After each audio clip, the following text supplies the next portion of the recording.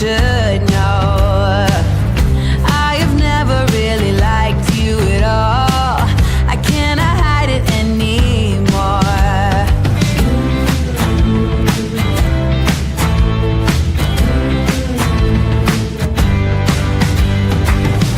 I've been thinking about the future, trying to forget about the past. So many ways that I could change for the better. Don't even know where to begin. If I allow myself to dream, will it be as good as it seems? Pull me out of this place in the middle, in the middle. Nothing more to embrace in the middle, in the middle. If I try to climb up the wall, everyone can see when I fall.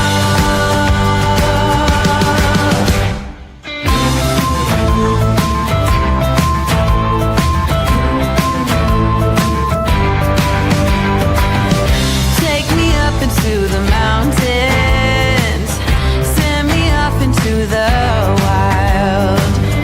Misery is still a path I would choose if the alternatives are worse. I guess it's time to find a friend, one who will stick by to the end. Going out of my mind in the middle, in the middle.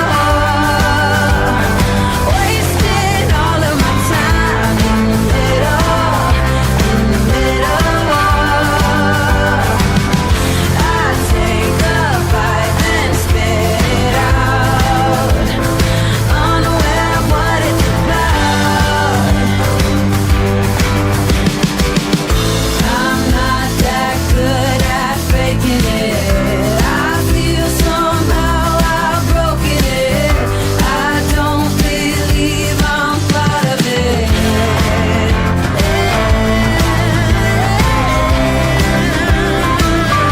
In the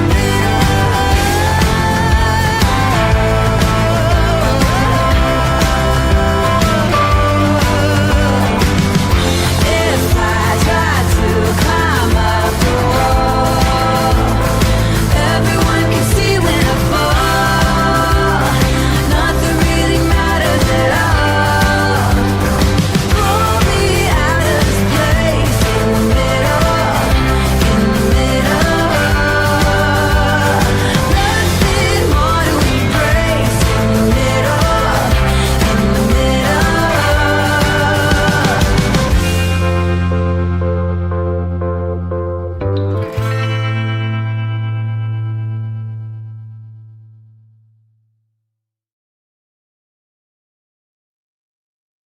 I am not BJ. I don't like BJ. Just for the record.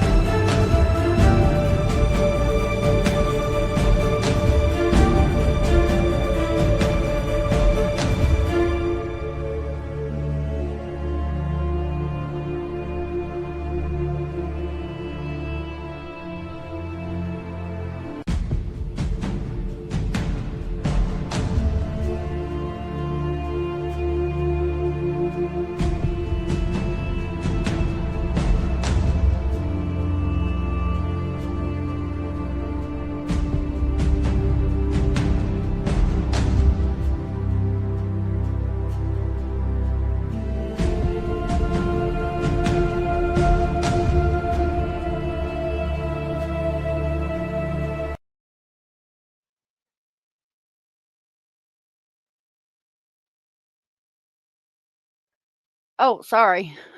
Hold on.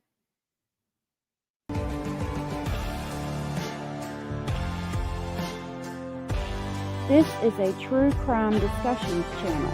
We speculate. This is all just speculation. Because it's true crime, it's for mature audiences only. There will be no children allowed, no exceptions. Everything on this channel falls under fair use. Please remember to like, comment, subscribe, and share. It's free. Hello, everybody. Happy Wednesday. Sorry, my Bluetooth. I have to turn my Bluetooth off on my phone, or my headphones will hook up to my phone instead of my computer. It is good to see y'all. Thank you for being here. Kim Beezy in the Heezy, Julie Ann, Snarky Pants, Lori Ann, Shelby. Good to see you. The classic one, Rhonda, Southern Cats. Thank you for being here. Bella Rose. Thank you so much for being here. Rhonda, good to see you, and thank you for being here. Snarky Pants, I don't know if I said you. Mayla's mom, good to see you, and thank you for being here.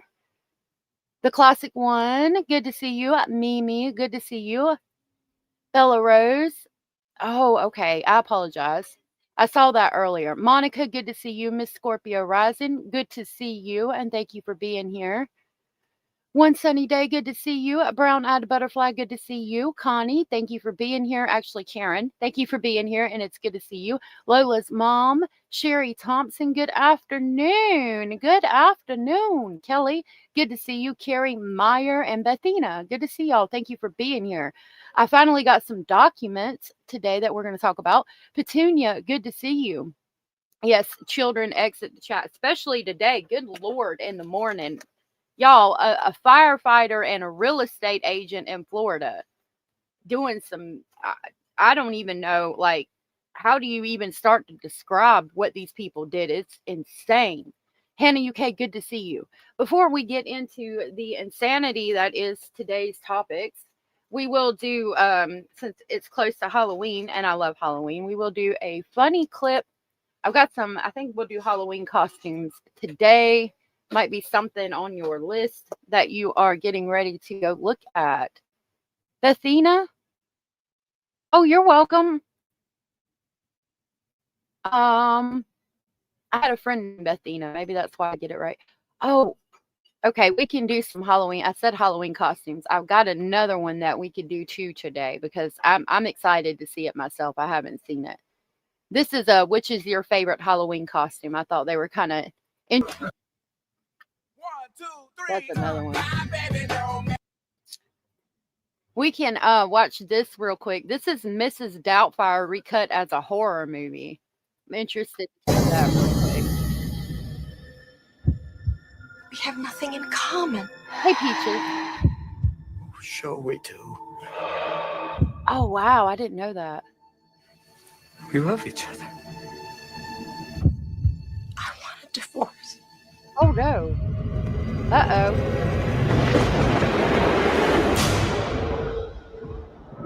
Skeleton Man. Hey, Mr. Reality, Mr. Hillard, is that your lifestyle has been very unorthodox.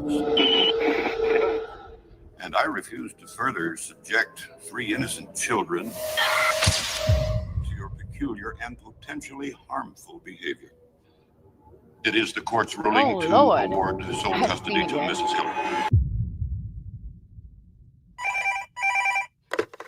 Hello? Hey, Bellas. Hello, I'm calling in regards to the ad I read in the paper. Yes. Would you tell me a little bit about yourself? Oh, certainly, dear.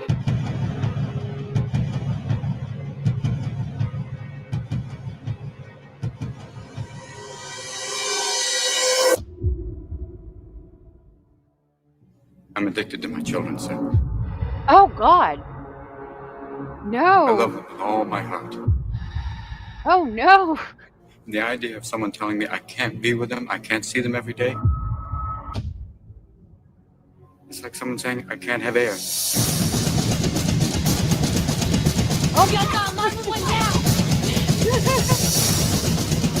You're my goddamn kid, too.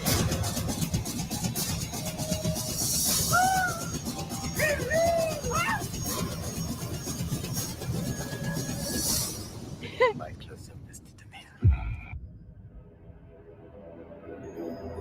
Mrs. Doubtfire as a scary movie. That was interesting. You remind me of someone. Oh no. I love it. They made it actually scary. I was like, oh crap. You don't think Robin would approve? I don't either. Probably not.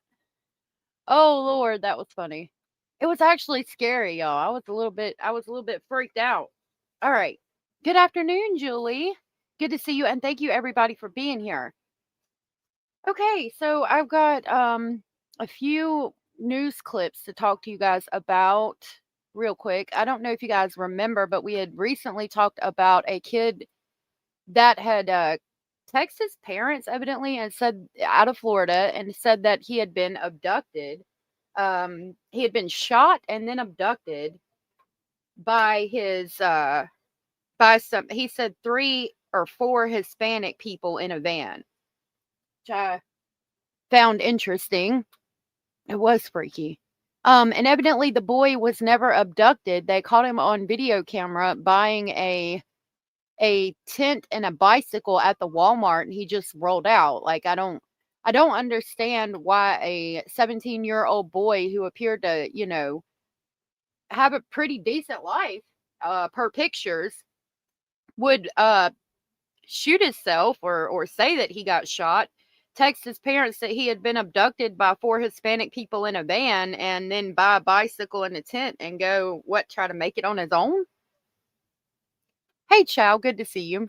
So we've got more information on that to talk about real quick before we get into the meat and potatoes of the live. Hello, Marion County citizens. Sheriff Woods here. I know many of you have been deeply invested into this case of Caden Spigot. When you heard the initial alarming information that was being given to us, many of you even joined in to help in any way you could.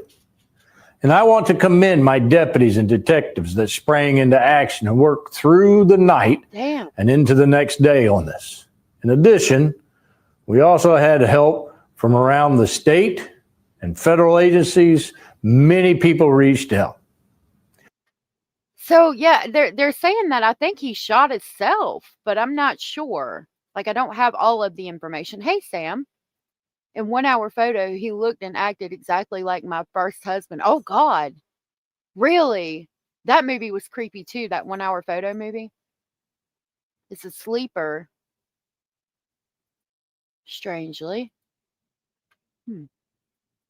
Now, because of their hard work, the initial details that Caden texted to his family were proven to be false, completely made up. We did find evidence of a single gunshot where Caden left his truck. However, his claims that he had been shot and abducted were quickly disproven.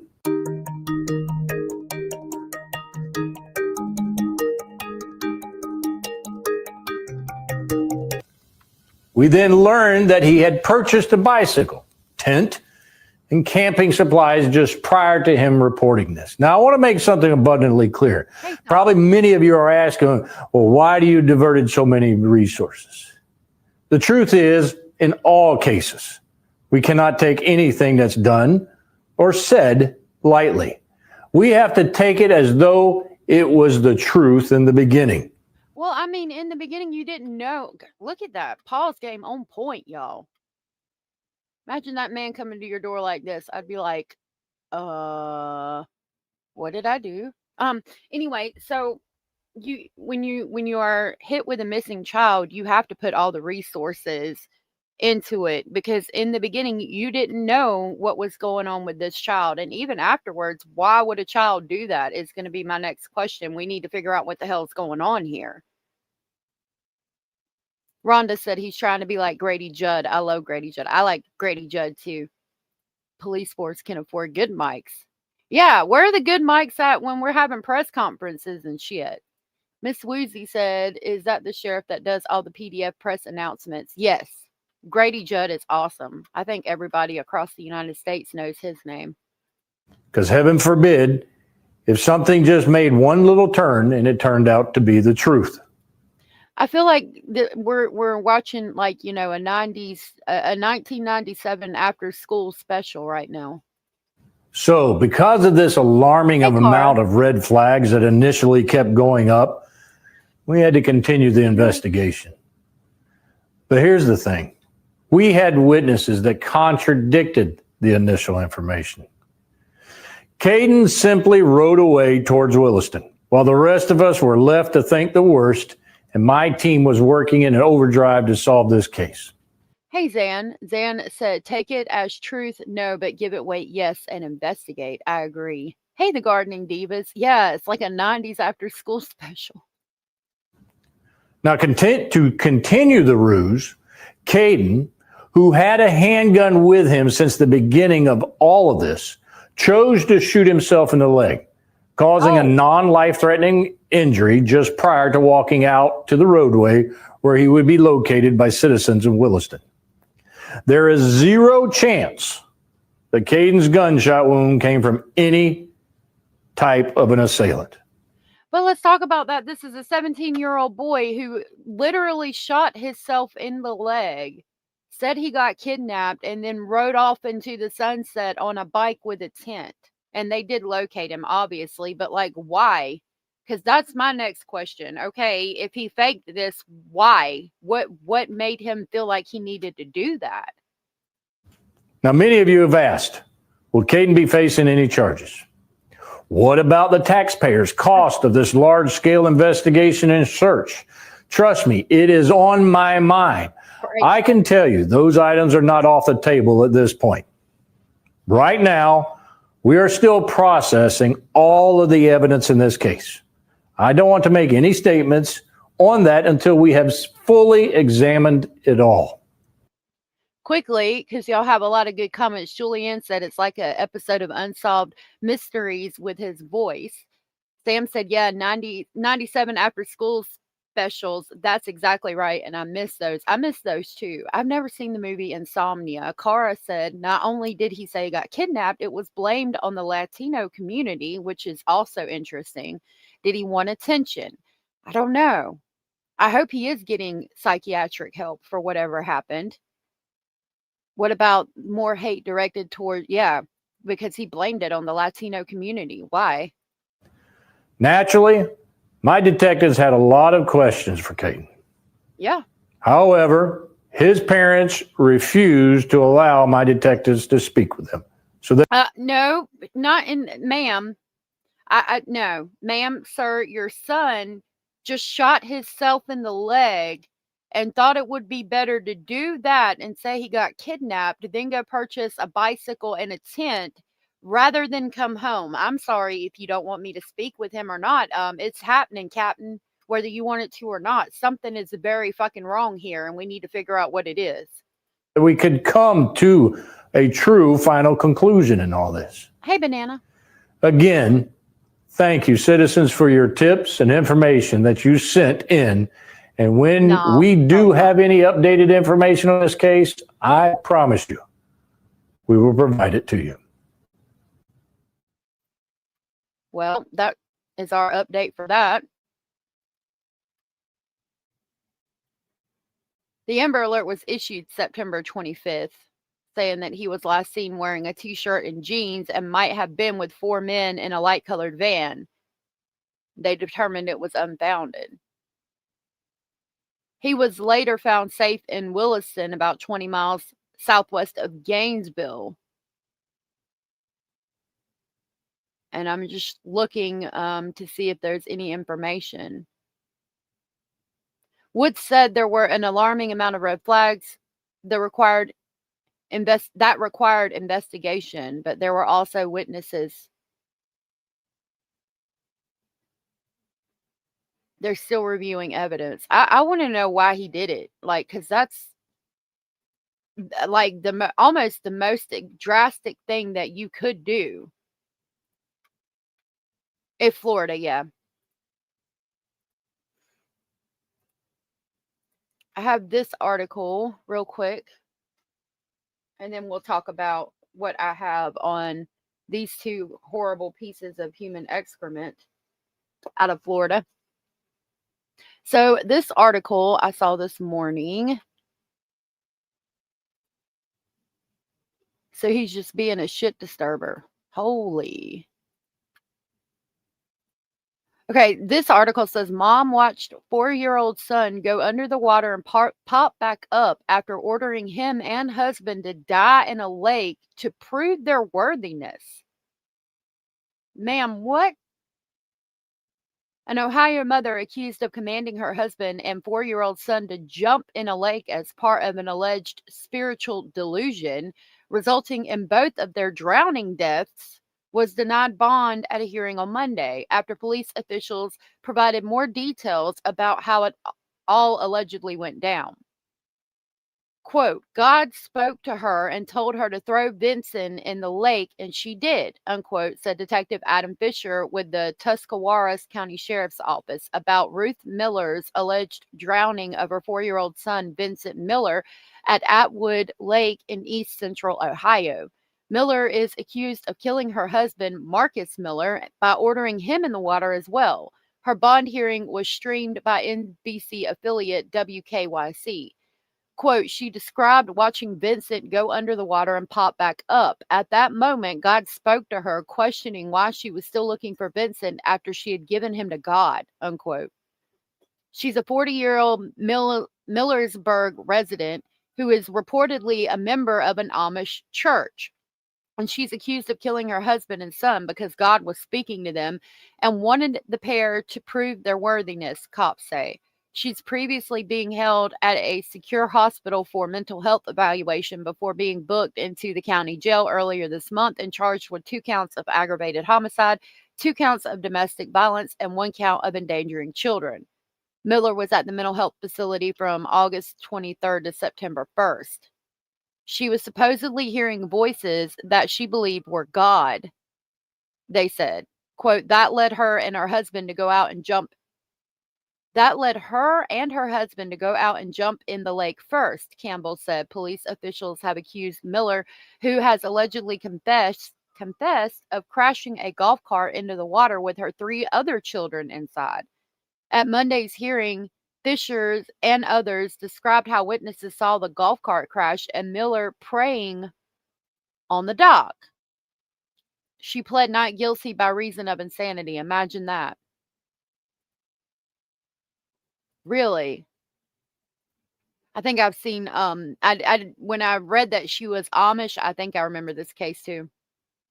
Quote, it was very intentional. They witnessed her drive through the lighthouse and the marina, walking down through the grass and over the wall into the water. The detective laid out the alleged events leading up to the double homicide, including how their family was having fun together earlier in the day. The family had gone on the pontoon boat. She said they had a great time. They were cruising around the upper end of the lake, and the kids were fishing. She said it got dark, but she and Marcus didn't want to end the fishing trip early or the fun that the kids were having. The couple didn't get back to their camper until about 10 p.m. that evening before going to bed. At about midnight, Miller said that she and Marcus were awoken by God. They began to pray and read the Bible, and the two made the decision that they were going to go back to the boat. She and Marcus were both nervous about getting in the water initially, but allegedly got in anyway. They were to float on their backs at one point, and Marcus began to sink during this. So they swam back to the dock. Marcus Miller, according to Ruth, was supposed to be able to pull her from the water onto the dock, but after 3 failed attempts, she had to swim to the back of the boat and climb out using its ladder. She said that Marcus started to sink because of his lack of faith and that he was not able to pull her out of the water because he would not ask God for any strength to do it. Once they were both out of the water, Miller began asking her husband just to suffocate her. Miller said that Marcus would not suffocate her and made suggestions that he spoke of suffocate. Hold on, let me reread that. Miller said Marcus would not suffocate her and made some suggestion that he had spoke of suffocating her in the past, presumably from some kind of feud that they may have had in their relationship. Ruth told police they went back to their camper for a while before eventually returning to the lake around 5:30 a.m. to keep testing themselves. According to Miller, she commanded Marcus to get back into the lake where he ultimately drowned as part of another test from God, according to cops. Miller said she believed he had failed the initial test because he didn't have enough faith, per police. She then allegedly demanded that Vincent go in afterward as punishment. She believed that she and her husband had to pass these tests to show their faith, and when they didn't, Vincent became the price to pay for that. What she says is that she and her husband went to this dock. They jumped in the water because God was speaking to them and telling them to do things to prove their worthiness to God, to show their faith is complete, and they didn't do very well in those. Police say some of the tasks Marcus Miller was given were so bizarre, with many of them being swimming exercises. Ruth Miller allegedly told investigators that God asked her at one point to be swallowed by a fish. Marcus Miller's final alleged test, according to Ruth Miller, was swimming to a nearby sandbar. He was last seen at the Atwood dock around 6:30, according to witnesses. The wife was allegedly spotted around 8 a.m. driving very dangerously with Vincent in the area of the dock before he drowned. She states she went back to the dock and she threw the 4-year-old in because that's what she needed to do as an offering to God. Ruth Miller was then allegedly seen picking up her 15-year-old daughter and twin 18-year-old sons, whom she allegedly made perform religious tasks. She told police they went back to their camper and then returned to the lake. Oh, hold on. Sorry. The children told cops Miller allegedly made them all lay down on the dock with their hands in the water to pray for their little brother and father because they were gone and had gone to heaven. She allegedly crashed the golf cart with them inside shortly after. Miller heard the voice again telling her to drive into the lake. After the crash, a witness offered help, but Miller allegedly refused. She suggested not to help her, to just pray. Police have described the Millers as a member of the Old Order Amish Church and living in Holmes County. They were reportedly visiting Atwood Lake as part of a weekend trip, which Campbell says began like any vacation. I do not think it was the plan. I believe that based off of detailed conversations with the family that they were just going to the lake. She was denied bond on Monday after being deemed a substantial risk of serious physical harm to any other person in the community, and she pled not guilty by reason of insanity. Wow. You can't make this shit up. What good was it going to do to cut her off, to cuff her? She wasn't acting a fool with them, and they were keeping her calm, and they could tell her mind wasn't right. Yeah, but I mean, they have to cuff anybody to sit in the car. I've been in police cars where I wasn't in trouble and they had to cuff me because I was sitting in the car. Like, to be in their car, you have to be cuffed, and they would have had to transport her to the police station. Or they told me that, at least. Maybe not. They might have been saying that because they were like, bitch, you crazy. You can get in my car with your hands all free and shit. She's literally recreating all the stories out of the Bible. I was wondering that when she talked about needing to be swallowed by a fish. That's interesting. Yeah, no doubt. Oh, dang. Might help if I actually pull up. All right. So now we're going to talk about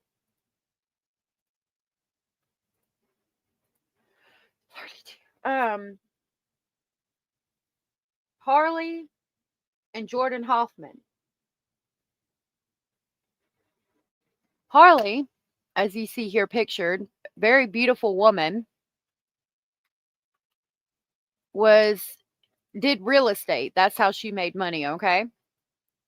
Beautiful family. There she is, pregnant. I apologize about the photos being blurry. Mr. Jordan Hoffman was a firefighter. Oh. Well, I like your photo, Snarky. Hey, Green Eyes. No, you didn't miss too much. Just reading some articles. The world gets crazier. As the world gets crazier, religious zealots get crazier too. I agree. I don't think that should reflect specifically though on the Amish church, because I don't think the Amish church would be backing that up in any way, shape, or form.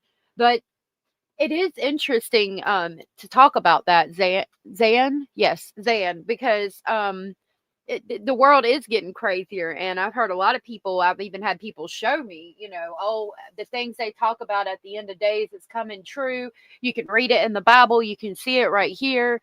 But I mean, I think about it also. You could relate things from every generation to end times in the Bible. I mean, back then they thought that Elvis was, listening to satanic gasoline draw type of music. You know what I mean? Hey, Kat, good to see you.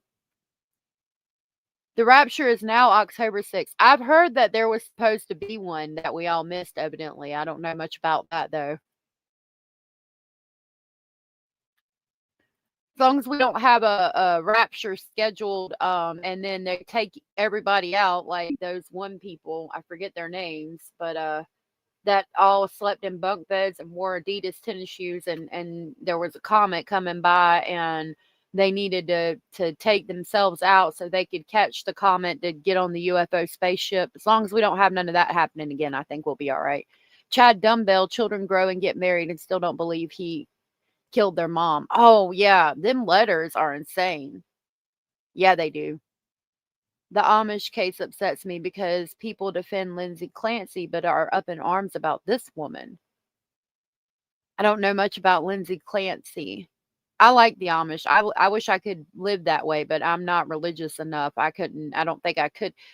I like a lot of the aspects of it, but yeah, Jonestown too, but no, it was a different one. The Amish don't hear news outside of their community, do they really? No, not really. The Mennonites do. They're similar, yeah. It shouldn't reflect on any religion. Every subject of religion, people, etc., have those who are completely unhinged. I agree. I wish they'd stop trying to date the rapture too, Becky, because it's going to happen when it happens, and that's it. That's all. September 23rd. It's insane. Yeah, they keep moving the date. All right. So talking back, this couple, he was a volunteer firefighter and she was a damn real estate person. I mean, happy couple, appeared to have money, good jobs, pillars of the community. She's selling houses, he's saving houses from fires. They got kids, happy little suburban family, just picture perfect family, utter happiness. But then somebody calls in. Oh yeah, they had been recently losing weight, and we're excited about that. Somebody called in to the national tip line for missing and exploited children and said, hey, I got these videos here where this guy and this girl are messing with children and animals. Dog, evidently. I would love to know how that conversation started. Babe, I think it'd be really hot if you would sleep with the family dog. So why don't you do, like, how does that happen? Excuse me, what? Let me put this is going to be triggering, and I apologize for that. What? Babe, can you have sex with the dog? I would really like to see you do that. I'm running. I'm grabbing any children in the close vicinity to me, and we're all running the opposite direction. What the fuck do you mean? How did that happen? How did it come about that they're sleeping with the family dog?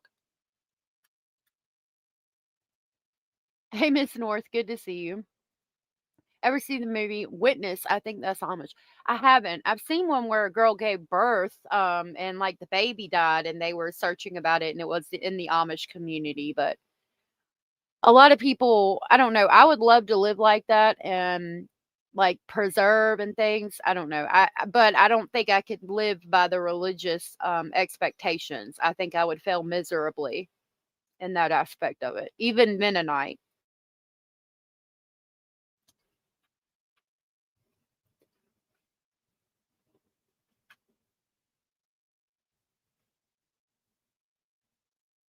Yeah, I don't know. I need to look into it. Although profit is a bit of an exaggeration. Yeah, there's no modern day prophets that I know of. Okay. So yeah, back to this. She worked evidently for Southern Integrity Realty. And September 3rd at 5:20 p.m., they said they put out a statement that says, "We are aware of the recent allegations made against one of our now former realtors. Southern Integrity, like even the name Southern Integrity Realty. I'm going to get a job at Southern Integrity Realty while simultaneously abusing children and sleeping with the family dog. And my husband's a firefighter, by the way, for the community, like pillars of the freaking community. Probably, but I responded to one, but I haven't responded to all of them. I've still got to fix my thing. Anyway, I'll check. It says Southern Integrity Realty does not condone or support the behaviors associated with these allegations. We are committed to upholding the highest standards of professionalism and integrity with our organization and promoting safety within this community that we love. At this time, any active listings held previously by this agent will be transferred to our broker or owner, Nancy Rogers. If your listing is impacted by this change, please anticipate a phone call within the next 24 hours to discuss our agency's plans to best accommodate your needs. Our thoughts and prayers are with families involved during this difficult time." Like, I want to know, and she was excited about losing weight. Like, that sticks out to me too. Why were you all trying to lose weight? I mean, it makes me like, obviously she's pregnant there, but here she's not, and you can see they're definitely a bigger build. Like, what did y'all decide? Oh, we're gonna do these horrendous things and videotape them, so we need to lose weight so we're pretty on video camera while we abuse children and the family dog. How y'all, I can't come to grips. How did that conversation start? I need to know. How does any person look at another person and say, "I want to see you," y'all, I'm again, children are not supposed to be here. And please forgive my language. This is going to be triggering. This whole case is horrific, and we're about to talk about the documents, which are going to be pretty horrific. But y'all, if somebody looked at me and said, "I want to see you fuck the dog," I would say, "Fuck you." And I would be, again, running out the door, grabbing the children, grabbing the animals, vacating the premises, grabbing geese by the foot, running down the road. I don't know, throwing that car in reverse and squalling tires, hauling ass, popping a clutch and grabbing a motherfucking gear and getting down the damn road. Like, how did that happen? And not only did he ask you to fuck the family dog, but you said yes? How, can somebody please explain to me how that happens? What the fuck? What the fuck? Yeah, lose weight. Look, banana bottom. I know it sounds crazy, okay? But like, why are they all of a sudden wanting to lose weight? Was that before or after they started abusing children and animals?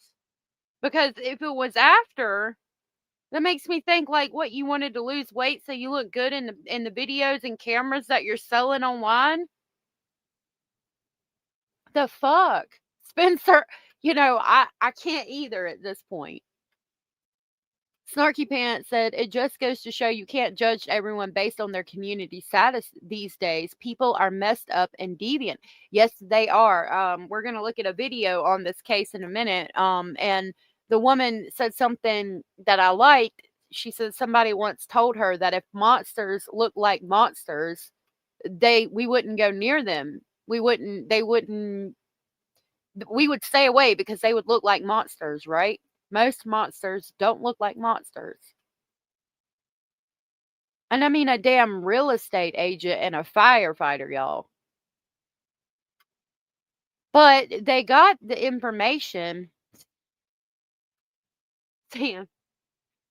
Oh, they got the information because somebody called in to the Nick Mick line and said, hey, I've got videos and footage of these people, doing these things. So thank God for those people that are out there that somehow have access to these videos and these things and said, hey, you need to know about what's going on right here and you need to look into it, because otherwise they wouldn't have known. Kelly, I don't even want to think about that. Bella Rose said, I think we hear more about these kinds of sick things because of social media. I think we do too nowadays. We've debated that quite a bit and wondered why, like, has this been going on forever, or is it just that we have the ability to see what's going on in Indonesia right now? And is that why we have access and know about all these horrific cases because of social media,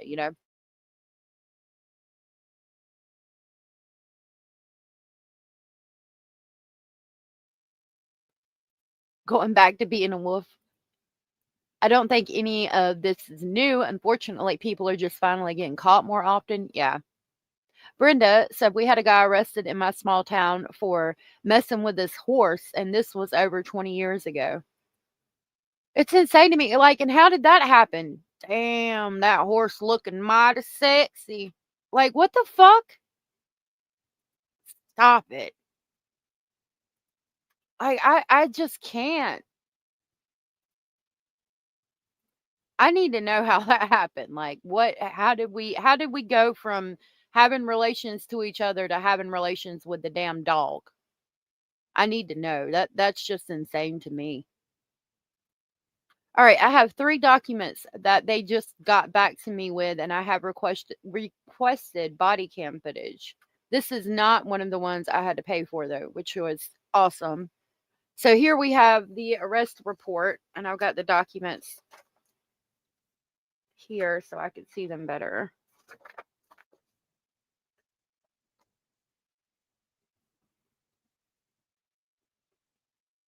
Hold on a minute. Trying to make sure my name's not on here. Okay, so this one is where I requested the records and they told me, that they couldn't really give me much because it's an active criminal investigation.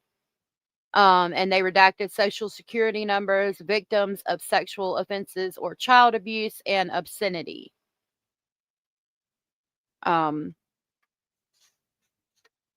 So I did send them back a request and say, hey, in previous cases, some files have been released before, even during an active investigation. They were just redacted, and we'll see what they say about that, because I need to see the interrogation from this too. Scrap Owl said bestiality was going on in the Bible days, and I don't know of any. I'm sure it was. I don't know of any where they relate to that specifically in the Bible, but I'm sure it was. And it's nice to see you, Scrap Owl. Mimi said we had a policeman doing it and they kept covering for him. Oh my God. Hey, all I need is Jesus. Apparently it's been happening for every case because it's against the law in NC for an unmarried man to own a sheep. Really? I didn't know that. Interestingly enough, though, it is also illegal in the state of North Carolina to give oral sex.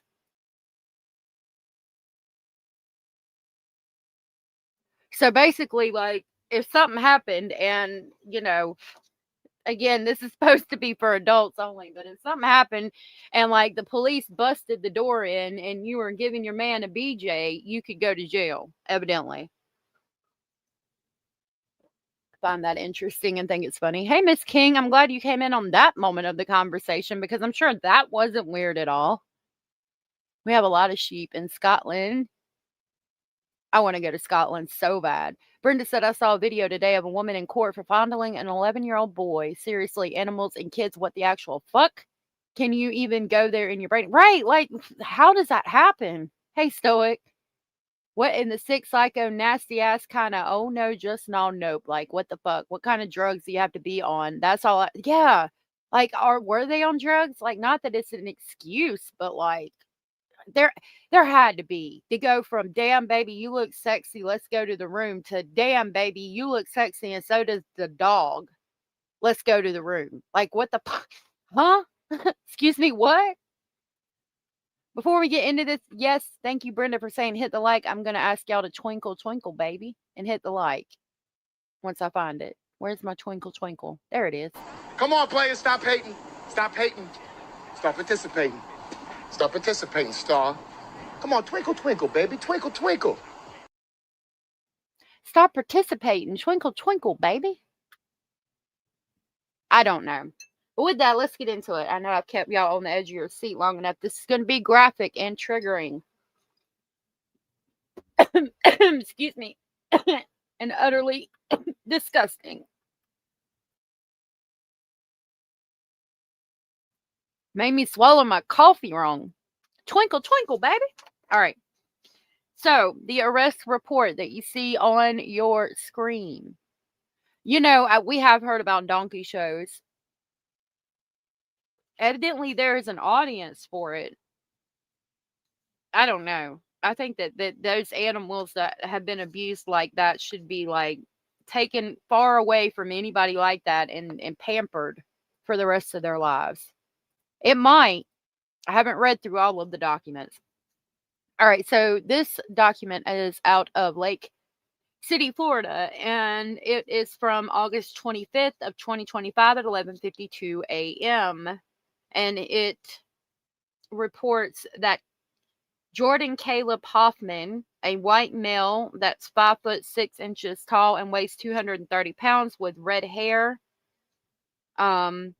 he's on here, and it says question domestic violence. The answer is no. He got 4 counts. There was a charge of, the charge number is 828126. The 3rd degree, he committed unlawful sexual activity involving animals. Arrest offense code. It had to be it says conservation animals. Like, I think they had to make a specific code right here for the animals. So he committed unlawful sexual activities involving animals. He's got those. There were 4 counts of that. Yeah, that's where it starts. So 4 counts of unlawful sexual activities involving animals. That means they've got him on camera hurting the dog at least 4 times. So not only was there a conversation at one point of like, babe, I want to see you fuck the dog, but it happened, and then it happened again at least 4 times. I mean, that's going to be the counts that they've got on camera, okay? So you could probably triple that number, because you know it probably happened quite a few times before they actually recorded it. Like, and I wonder, like, were they in some kind of like, what is that thing called? Telegram room, and like live streaming, and people are like, oh, you got a dog? Let me see you fuck the dog. Like, how did it happen? How did it happen? Sleeping Dogs Lie is another movie about bestiality. So gross. Oh, Lord. I didn't know there was a damn movie about the shit. Jesus.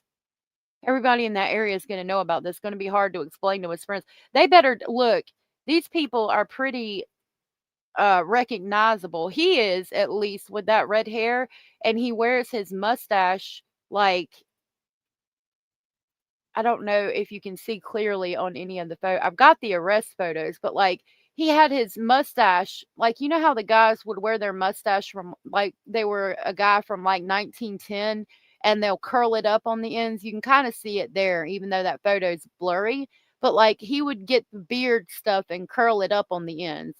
So yeah, you're going to have to change your appearance drastically. What? Carrie, stop it. Let me find out.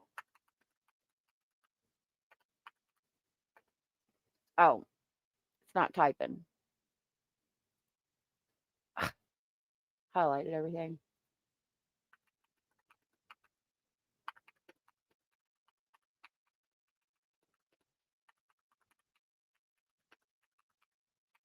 I mean, I'm not gonna, again, I told y'all before, like, if if I ever got in trouble, if the cops looked at my Google, they'd be like, ma'am, you're going to jail. says, yes, you can rent a donkey for a bachelor party. Many services offer donkey for hire and add a unique, memorable touch to your event. Here are some options to consider. I don't think that, like, I'm not gonna ask, can I rent a donkey to have relations with, okay? But hey, Edith, um, let's see what they say the donkeys are for. So Blue Ridge Burros provide miniature donkeys for events like bachelor parties, weddings, and corporate gatherings. Their donkeys are trained to move comfortably and safely among guests, ensuring a fun and safe experience. Donkey for hire, this service offers miniature donkeys that are kind, friendly, and perfect for various types of events, including bachelor parties. They can be used for plays, nativity scenes, and more. And Queen City Beer Burros, this service specializes in adding delightful twists to events with their charming mini donkeys. They can carry beverages and party favors, making your bachelor party special.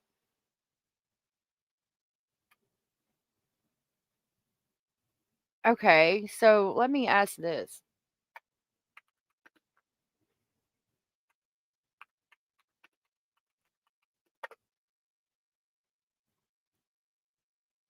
Breeding a donkey for a bachelor party can add a unique and memorable touch to the event. Here are some reasons why someone might choose to rent a donkey. For fun and entertainment, donkeys are known for their playful and affectionate nature, making them a fun and entertaining presence at any event. They can bring smile, laughter to guests, especially children. Donkeys have a rich history and are often seen as symbols of luck and good fortune. Renting a donkey can add a cultural element to a bachelor party, making it more special. Personal touch. Donkeys are gentle and well trained, making them a perfect companion for the groom. They can be petted and photographed, creating lasting memories for the groom and his guest. And lastly, many services offer customization options for the donkey, allowing the groom to choose the type of donkey, the colors of baskets, and even the type of treats to be provided. This can make the donkey a more personalized and unique addition to the event. Renting a donkey for a bachelor party can be a fun and memorable way to celebrate the groom's special day. It's a unique way to add a touch of personality and joy to the event, making it stand out from the crowd.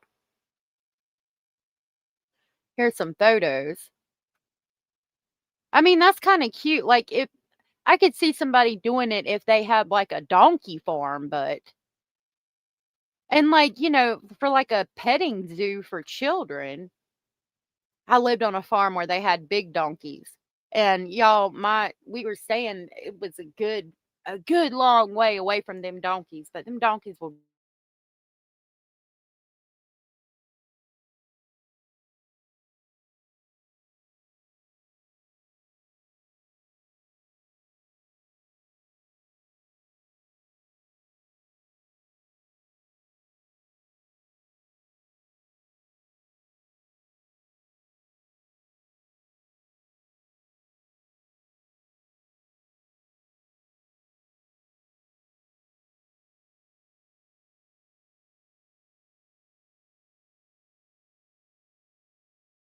Hey y'all, I'm here. I lost power.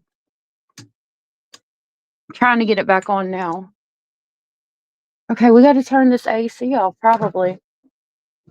Unplug that, yeah. Hold on. Sorry about that, y'all.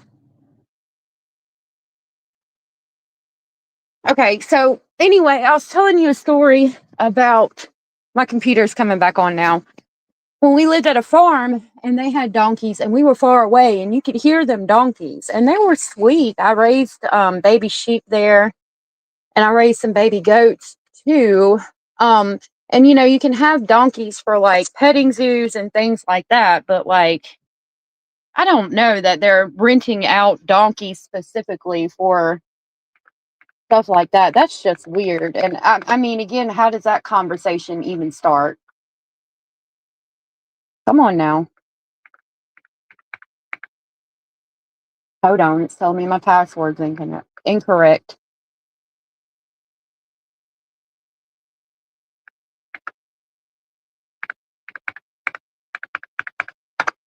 Okay. I'm back. I don't know if you can hear me.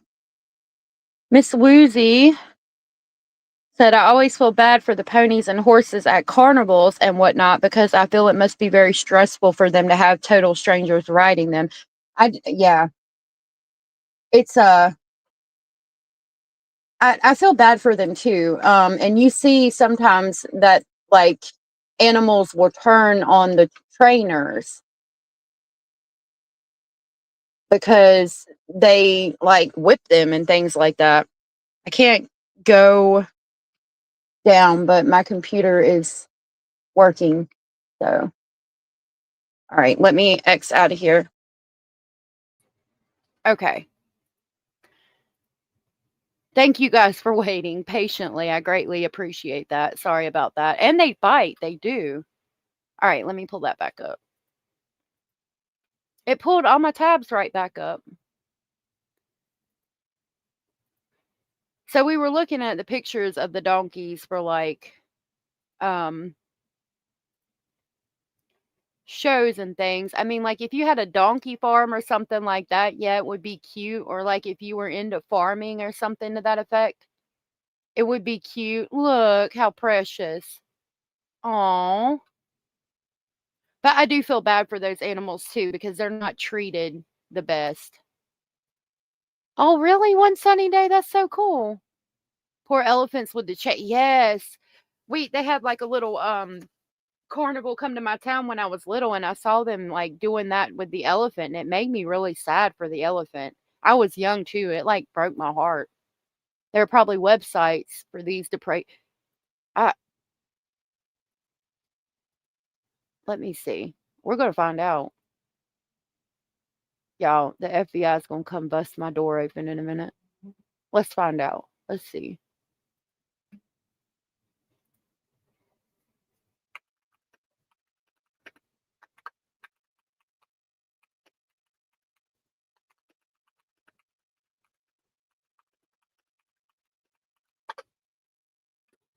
I said, what is a donkey show and where can I find one? We know what a donkey show is. It says a donkey show is a type of live sex show in which a woman engages in bestiality with a donkey, which, according to urban legend and some works of fiction, were once performed in the Mexican border city of Tijuana, particularly in the mid 20th century.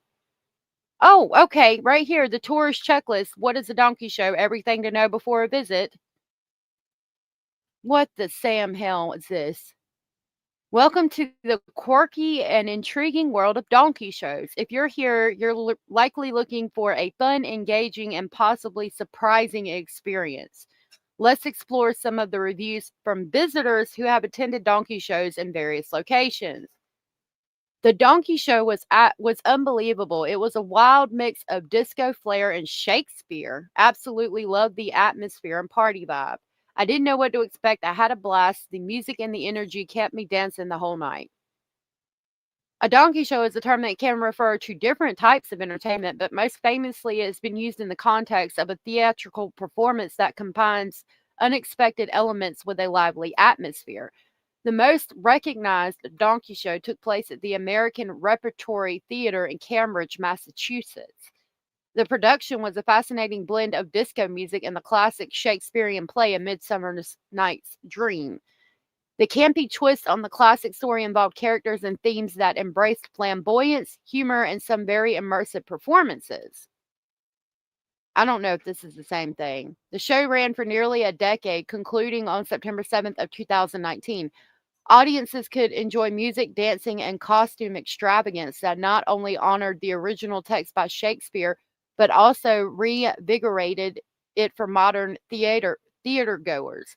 Another version of the Donkey Show is found in Miami, Florida. While less specific in its offerings, this version also combines elements of theater with music, continuing the lively and entertaining tradition of the format. Apart from the theatrical aspects, there is a fair amount of folklore and urban legend surrounding the term donkey show, especially in places like Tijuana, Mexico. However, many of those stories don't hold any factual basis and should be taken with skepticism. In summary, donkey shows offer a unique take on theatrical performance, providing entertainment that's not just about the plot, but also about the spectacle and atmosphere created around it. Whether you're attending the show in Cambridge or Miami, expect a night of laughter, surprises, and unforgettable memory. Despite the playful name, it's essential to approach such shows with an open-minded sense of adventure, as they often cater to a diverse audience looking for something different. The performances typically create an atmosphere where art and entertainment entwine. Yeah, I don't know if this is the same thing. Yeah, fun. What the hell? Like, what the fuck? I don't know if this is the same thing or not. I can't figure it out. They did reference donkey shows from Tijuana, Mexico, but they say it's fake. Says planning a visit to see a donkey show is an exciting venture. First, consider what show you want to attend, the one in Cambridge or Miami. Each venue has its unique flair and offerings to make them distinct. When planning your visit, check the show times, and you want to purchase tickets ahead. Once you've secured tickets, arriving early, engage with an audience, read about acts and cast, be prepared for an interactive experience. This could range from call and response moments and opportunities to dance. Remember to take photos, but be mindful of the venue's photography policies. Consider discussing your favorite moments. Weather can influence. It's important to know about the amenities. Most theaters provide essential amenities. Okay, so they said Cambridge and Miami. So let's see what a donkey show is in Cambridge and Miami.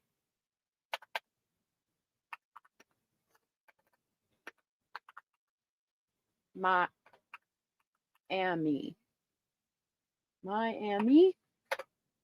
Lord, I can't even remember how to spell Miami. All right, hold on.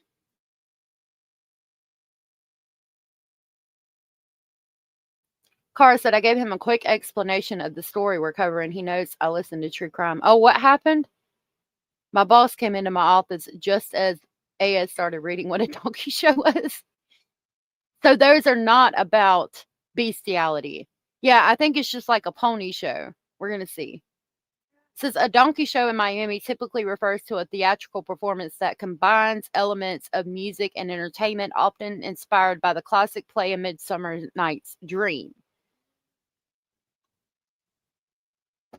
It features a lively atmosphere with disco music and a unique twist on the original story, including characters like Oberon and Bottom.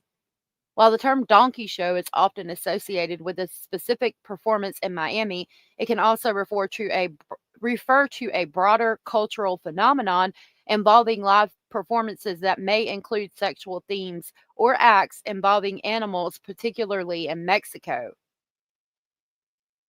The term has become part of urban legend with various interpretations and cultural references, but it is essential to approach such shows with an open mind and understanding of the entertainment context. Yeah, we need a video. If it's on YouTube, it's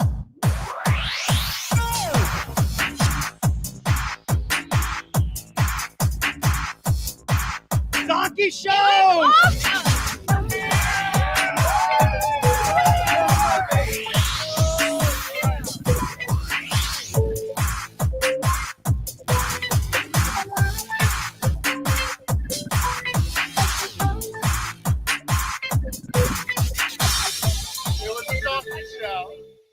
okay. Hold on a minute. Let me mute that. Next month, Miami will be. Well, disco fever is contagious for the next month. Miami will be doing the hustle. Do the hustle. Remember that?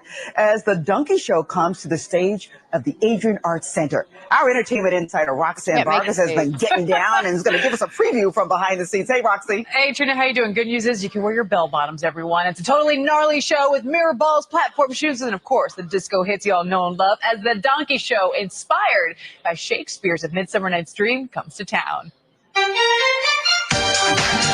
Why can't I make it big? There's definitely some sexual aspect Break to out it. your disco Because as you could see, like that girl was wearing just like nipple covers on her chest. bell bottoms, Miami. The Donkey Show is here at the Adrian Arch Center to transport you back to the glittery heydays of the 1970s. Well, first of all, I am Oberon. I am Club Okay. Oberon. Club Oberon is You the be setting that. for this groovy, interactive audience experience. This is really about immersive theater experience. So this is not the audience sitting in the seats and watching a play on the stage. The audience is a character in the Right. show, and you can be as involved or as not involved as you want. It takes place in front of you, around you, behind you, above you, below you. The Tony Award-winning creator Diane Paulus is merging her show with all local artists. They all give us like the best energy, and they put 110 for us so we can give back 120, you know? So it's amazing. It's a dream just to perform at the Arch Center. It's an amazing, amazing building. And when it was being built, I was like, oh. Her name is Evie and the Disco Girl. Her name is Cha-Cha, the Disco Girl. 120, you know? So it's amazing. It's a dream just to perform at the Arch Center. It's an amazing, amazing building. And when it was being built, I was like, oh, God, hopefully one day I can perform there. I'm really excited for Miami to have this. So, what do you need to be the funkiest, most far out cool cat out there? We're encouraging people to dress up. So you could come dressed up, you could come in jeans, you could come with a group of friends. And this is really about leaving your worries outside and just coming and dancing to great music. They better put on their boogie shoes. We're going to have a dynamite time every time. Okay. Folks, more importantly, bring your moves. Your moves are boogie shoes and bell bottoms, everyone. You want to find a babysitter for the kids, by the way, to relive the 70s. The Donkey Show opens up Friday in town through August 12th. So check out archcenter.org to buy your tickets. Live in the newsroom, Roxanne Vargas, NBC6. Okay, so there's definitely a sexual aspect to it. And they said you want to find somebody to watch the kids, but I'm trying to figure out why it's called a donkey show. Like, are they really doing stuff with donkeys and not saying anything? UTD, good to see you. I grew up in the disco era and I don't remember seeing any of this crap. No doubt. Yeah, like I'm wondering if it's like a drag show or an actual like donkey show. There's definitely a sexual aspect to it, but why are they calling it the donkey show is what I can't figure out. Anyway, we'll move on and get to the documents. This is a strip show, not a donkey show. Okay. Yeah, so like that's my thing. Like if it's a bar or a strip show or a drag show or whatever, I think that's great. It actually looked like it would be fun, but why are we calling it a donkey show? Like, is there actual donkeys or anything? I lived in Massachusetts for a little while, in Boston, Massachusetts, and they had an area there too that was really cool. We would go there sometimes. Maybe the donkey is in their maybe it is. Oh, maybe it's the men's members that they're calling a donkey. Becky said, this is not the 70s I remember. Take it back and stop the bullshit. Don't ruin my 70s for me. All right, so back to the documents. Jordan Caleb Hoffman, who is 33 years old, who was born September 22nd of 1991. White male, 5'6", 230 pounds with red hair. White male, obviously. Sorry about that. I didn't mean to repeat it. He has 4 counts of unlawful sexual activities, including animals. And like I had said, like when you get to the point of recording it and sending it to people or letting them purchase it from you, the act has been committed before. So I'd say that dog was abused way more than 4 times. The next one on this page, there is 5 counts of felony cruelty towards a child. Charge description is direct promote sexual performance by a child. I think there's 3 charges of, it says offense code, conservation animals, unlawful sexual, 6 counts Okay, wait a minute. There's a charge degree. So the first one was 4 counts of third-degree felony conservation animals, unlawful sexual activities involving animals. And then he's got the 5 counts of felony level S, cruelty towards a child, direct promote sexual performance by a child. There's 6 counts of third-degree felony conservation animals, unlawful sexual activities involving animals. So that's 9 counts, or 9 times that they videoed themselves with the animals. Dan, have a good lunch. Yeah, no doubt. Brenda said, me either. I'm pretty sure no one I knew would see an animal and think, I'd hit that. No doubt. Like, again, like I was saying earlier, how the fuck does that happen, y'all? Just like, yeah, like, how do you look at a child and like, ugh. All right, he's got 13 counts of T-level felony, obscene material. He possessed obscene material, and the charge description is possess, control, or view depictions of child sexual conduct. Kalisa, good to see you. People pay to go to donkey shows in Mexico. It's a live corn show involving donkeys and usually a woman. That's what I was trying to figure out, if that's what they were having, if that's what they were doing here in Miami and I think it said New England. He had court today, but I couldn't find any of his like a video of his court date as of right now. And then he's got 25 counts of, here at the bottom, trying to click here, 25 counts of, like, it cuts off.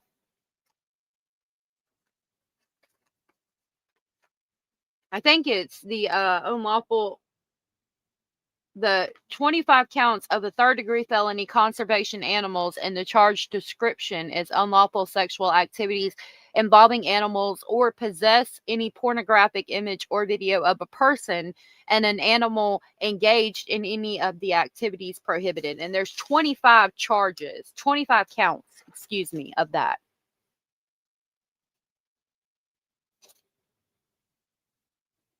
So what? That's 34 counts. There was at least 34 videos of them abusing animals. It says animals, but from my understanding, it was the family dog.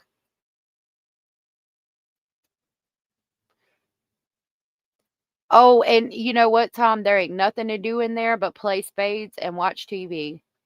And this shit's all over the news. It was when it first came out. The stuff you never wanted to know, right?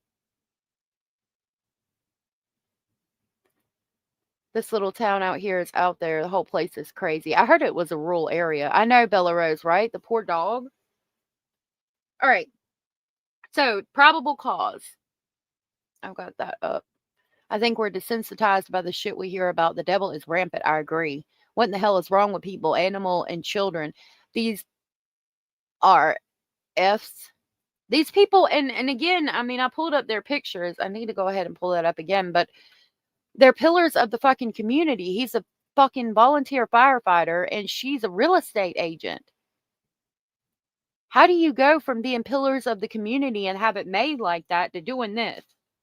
All right, probable cause. Detective Richard Potet. Nick Mick Cybertip, redacted, was assigned to the Lake City Police Department on August 24th of 2025.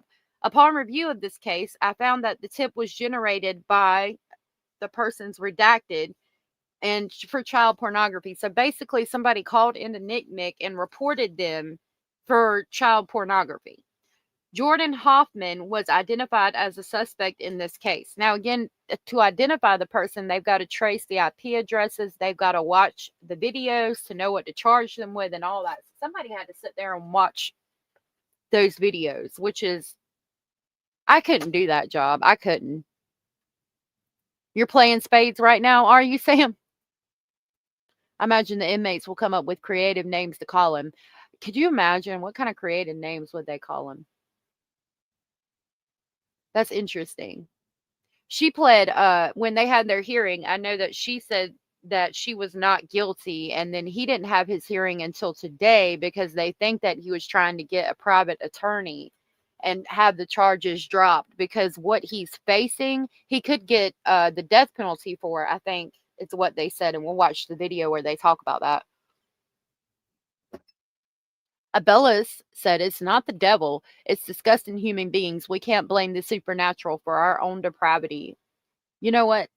That's a great point, Abellis. Boom, boom, boom, bop, bam. Oh my God, y'all. I was cutting up peppers to make more cowboy candy because I have too many, and my eye was itching, and I just stuck my finger in my eye, and even though I washed my hands, like, it burnt the shit out of me. My eye's burning right now. Donkey Boy. I like that name. Kalisa said, "I don't understand how a seemingly normal person can choose to do these things. Just why?" Again, like I said, how did that conversation come about? All right. Jordan Hoffman was identified as a suspect in this case. Mr. Hoffman was arrested on August 25th, 2025 for violations of FSS statute, possession of child pornography, possession of the CSAM image, another count or statute promoting a sexual performance by a child for sending the CSAM image in a chat message, and unlawful use of a two-way communication device to facilitate a felony, and tampering with or fabricating physical evidence by turning the phone off. I obtained a search warrant for a cell phone, which I seized incident to arrest. Upon receiving the cell phone extraction back, I found the following. A image 7420, and it's redacted. Will it? You don't, and they don't look like monsters, UTD. They don't look like monsters at all. Milk, sugar, or pineapple. Okay, it's going away now. I have to write that down. Thank you. All right. So the first image is redacted, and the count is fondling, intentional touching, either directly or through clothing, of the sex organs or anus of an animal for the purpose of sexual gratification.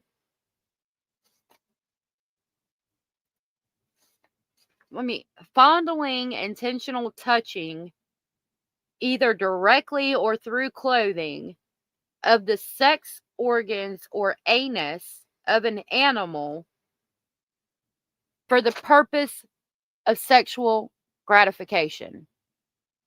What the fuck, y'all? God damn! God damn! God damn! The fuck? The dog wasn't wearing no clothes, so he was touching the dog and touching himself, I guess? Right. The charge would say, touching somebody either directly or through clothing. But I don't think that they were wearing clothing. The dog's not wearing clothing. You wouldn't think. God almighty. The second statute. A person may not knowingly film, distribute, or possess any pornographic image or video of a person and an animal engaged in the activities prohibited by this section. Well, that's a good question, Southern Cats. Evidently, from what I heard, word on the streets, is that the family has filed paperwork basically trying to get custody of the children away from them, other members of the family. All right, then we've got B image. So the first image was them doing something to the dog. B image 7398. This statute says a person may not knowingly film, distribute, or possess any pornographic image or video of a person and an animal engaged in any of the activities prohibited by this section. Look, all these are images. C image. See image 7399. A person may not knowingly film or distribute or possess any pornographic image or video of a person and an animal engaged in any of the activities prohibited by this section. Let me look up the section. Might give us a better idea of exactly what they're saying happened. 828. And the redacted part is you can see the black line. That's the description of the image.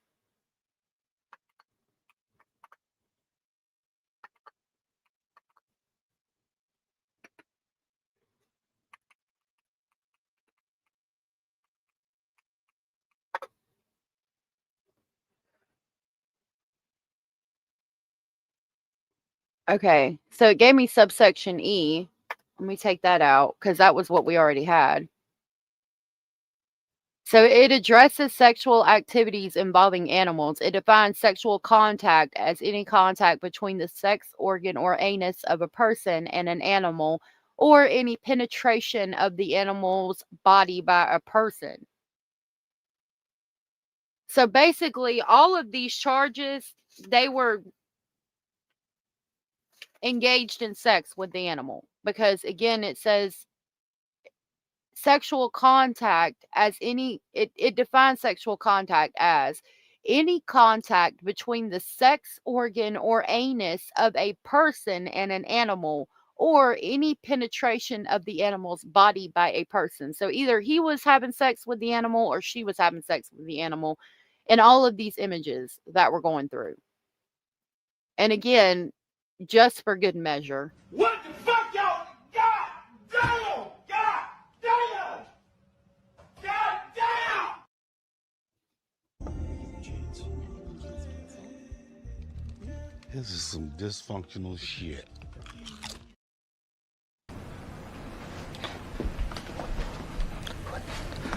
What the fuck is going on here? Yo, you got to hide your kids, hide your wife, hide your husband, and hide your damn dog. So y'all need to hide your kids, hide your wife, and hide your husband. And the dog, the cat, the gerbil, the hamsters. Public service announcement. Do not touch anyone you do not know where they have been. On video, the child or child. Yeah, the child and the animals were abused on video. All right, D, image 7401.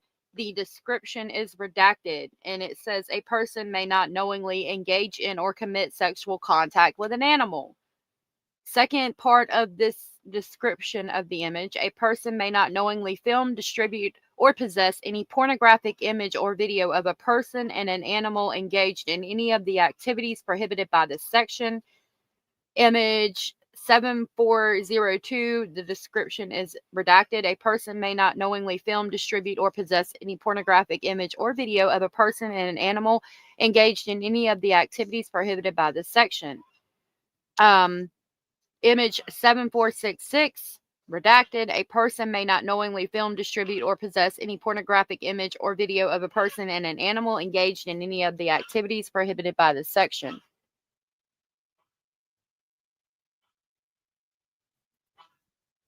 I would be concerned about having gerbils around any animals. We're children. All of the H image, the next one, which was H, image 7945, is completely redacted, but it doesn't say anything underneath. I, image 7946, a person may not knowingly engage or commit sexual contact with an animal. A person may not knowingly film, distribute, or possess any pornographic image or video of a person and an animal engaged in any of the activities prohibited by this section. And it goes on. All of them are the same. You can't have sex with an animal. You can't film it. You can't distribute it.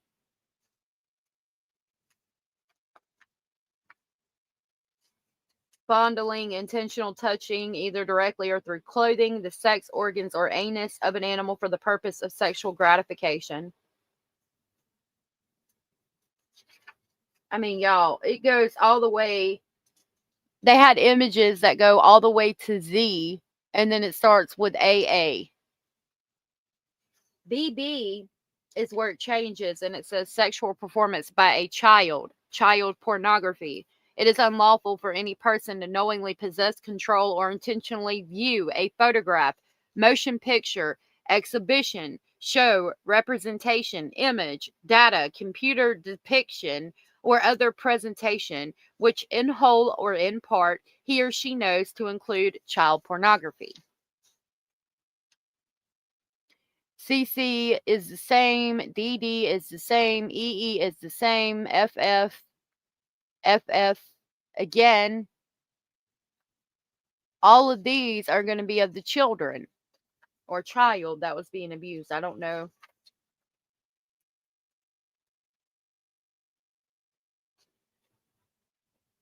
When we get to JJ, we have this little subsection. Sexual performance by a child, promoting a sexual performance by a child when knowing the character and content thereof, he or she produces, directs, or promotes any performance in which includes sexual conduct by a child. The only thing I can be grateful for here right now is that it doesn't appear that there's anything related to the animal when they're talking about the child. Which is good. Thank God for that. Down at the bottom here, it says, I also found that Mr. Hoffman sent his wife, Harleigh Hoffman, by text messages several of the above mentioned bestiality and child pornography images or videos. Currently, I believe that probable cause for the arrest of Mr. Hoffman exists. And then we get the charges. So, let's look up the charges. There's 4 counts of one statute, which we have all of that, actually. I don't have to look it up. So, again, it's 4 counts of unlawful sexual activities involving animals. There's 6 counts. It says 5, but no, it is 5. Sorry. Direct, promote sexual performance by a child. 6 counts of unlawful sexual activities involving animals. 13 counts of possession or control or view depiction of child sexual conduct. And 25 counts of unlawful sexual activities involving animals or possessing any pornographic image or video made of a person and an animal engaged in any of the activities prohibited. And it was signed.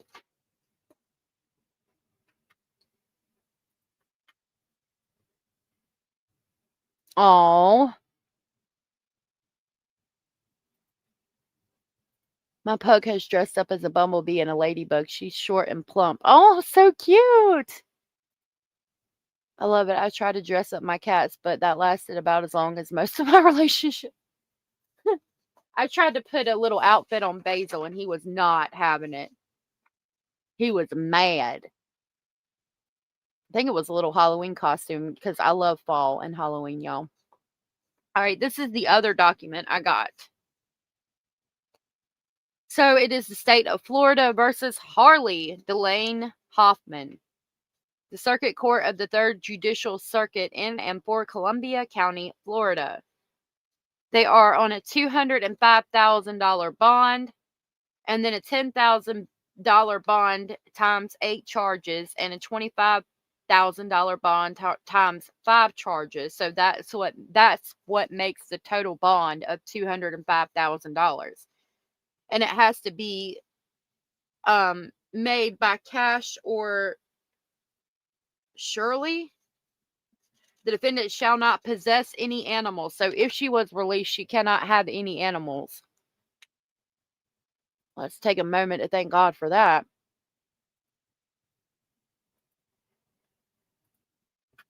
Keep the fucking animals away from these people. 100%. All right. So this is the probable cause affidavit. This warrant is a command to arrest instantaneer the above named Harleigh Delane Hoffman and bring said person before the court to be dealt with according to law. It was the 3rd day of September of 2025 that this was sent out. Now we have her counts.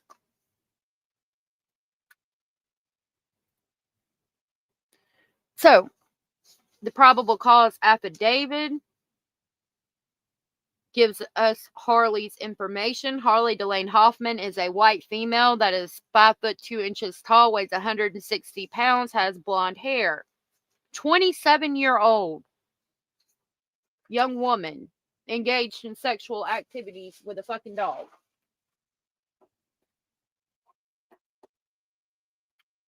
I cannot. I cannot.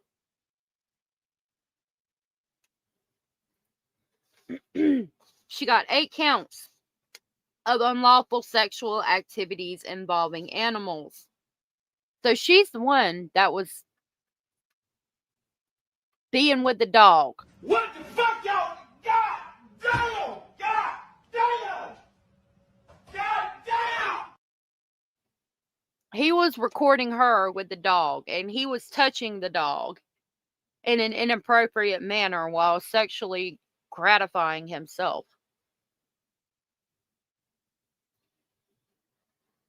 And I don't think the child involved was any of their children because they appear to be toddlers. God, I fucking hope not.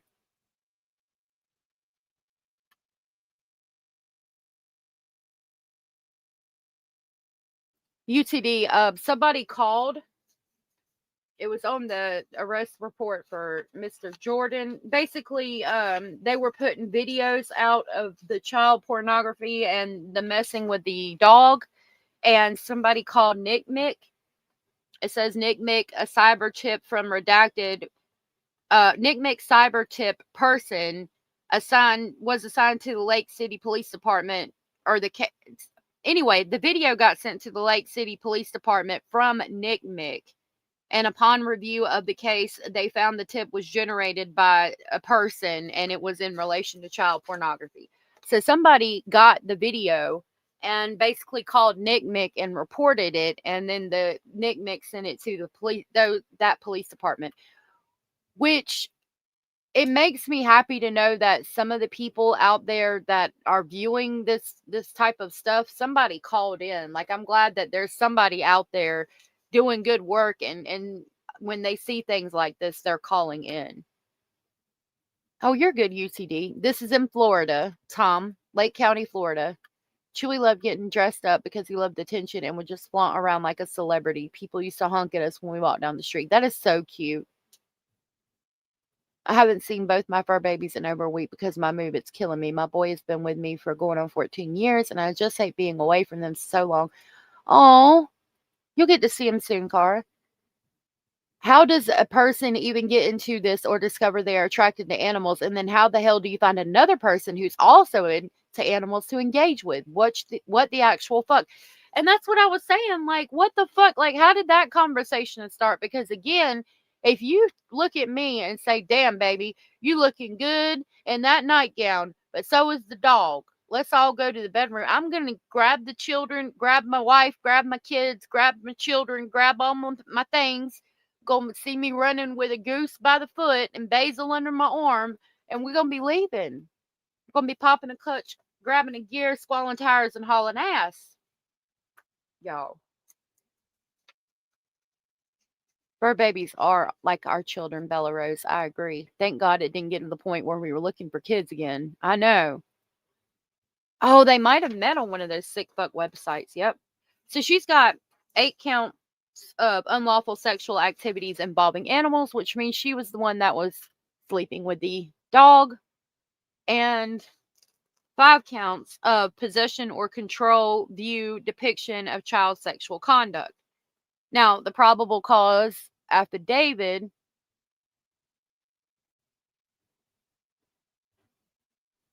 I wanted to make sure I got all of them. Okay.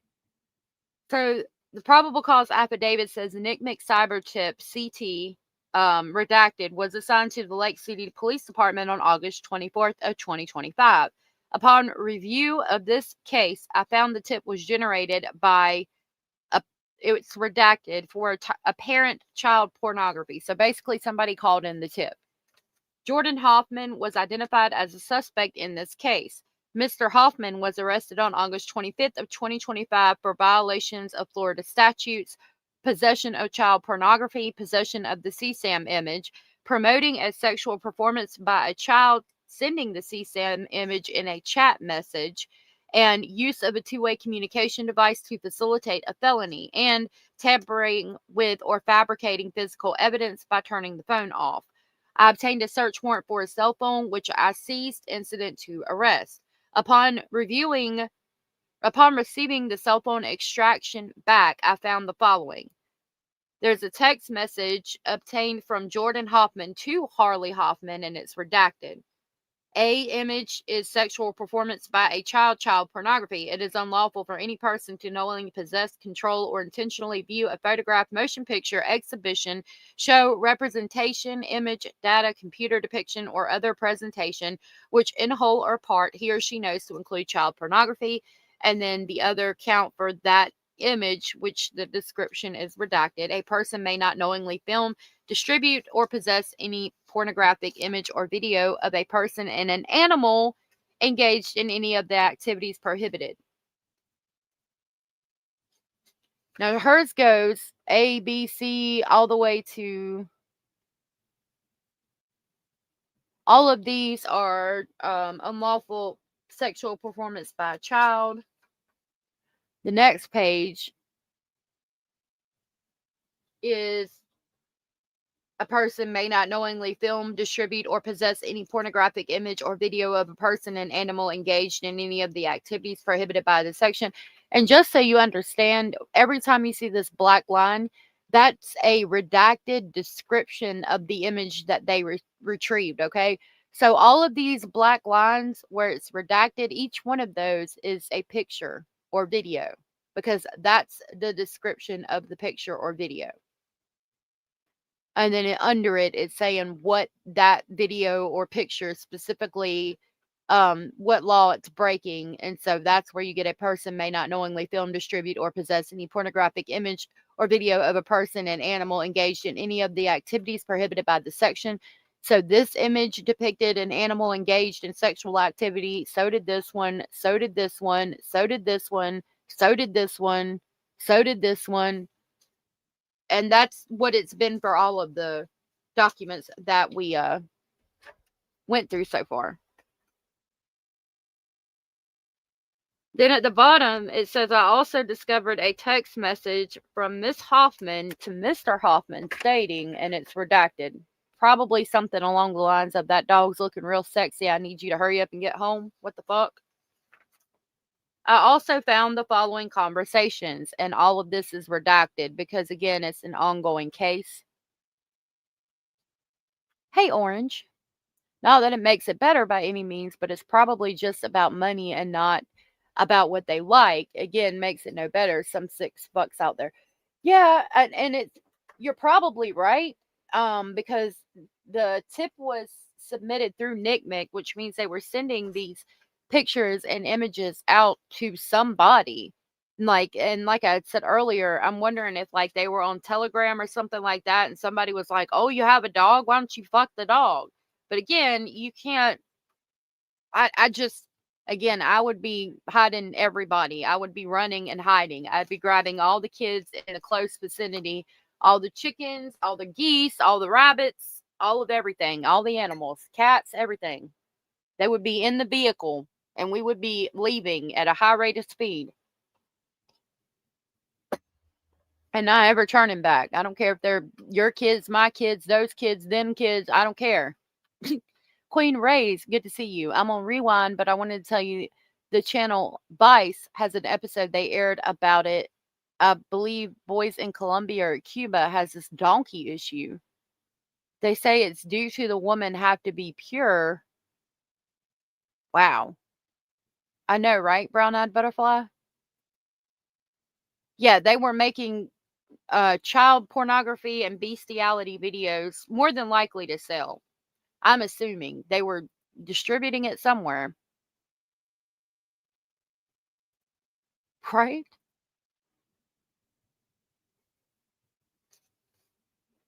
Oh, you're good, Snarky Pants. Okay.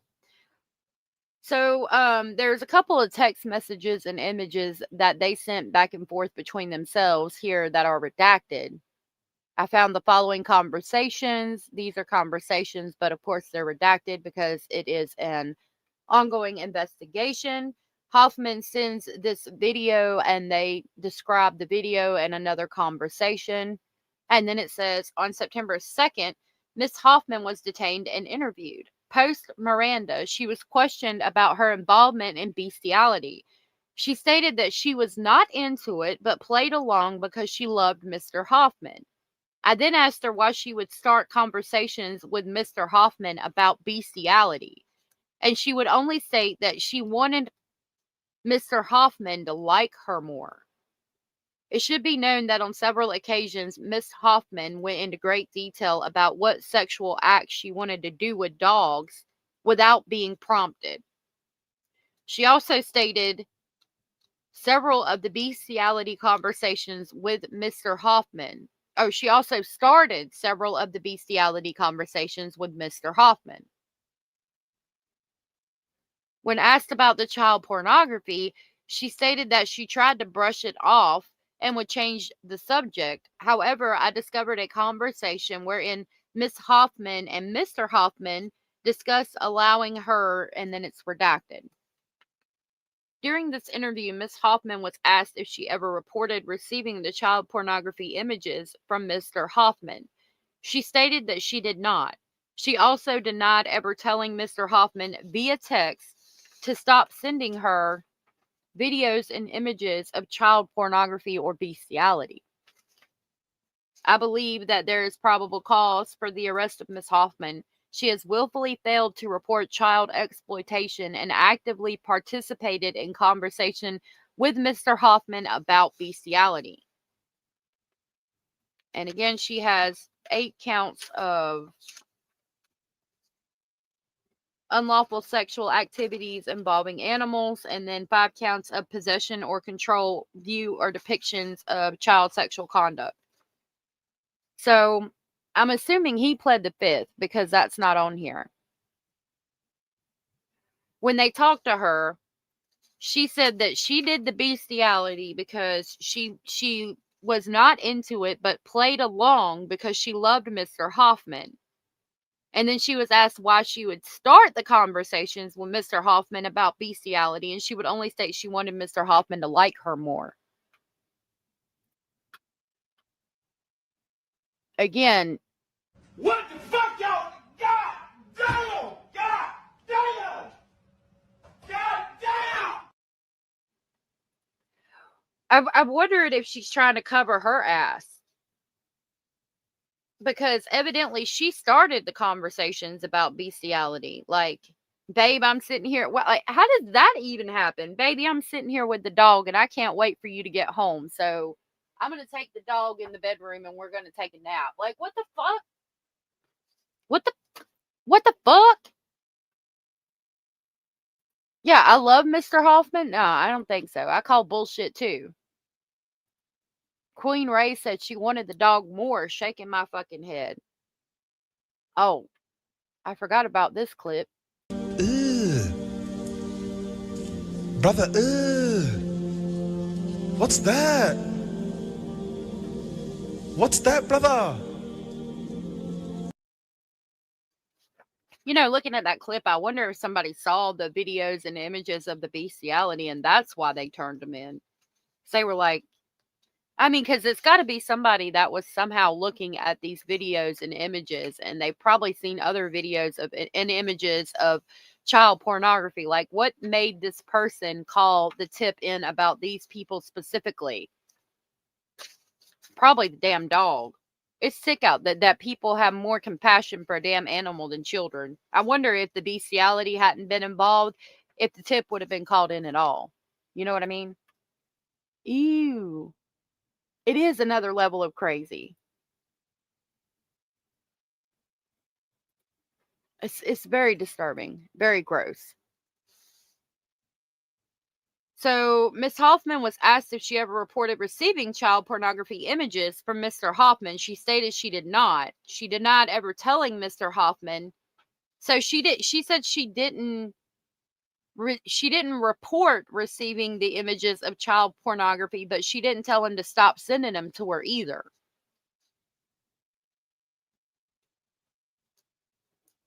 She said she would try to brush it off and change the subject, but there's conversations where Miss Hoffman and Mr. Hoffman discuss allowing her to something, probably have sexual relations with the child.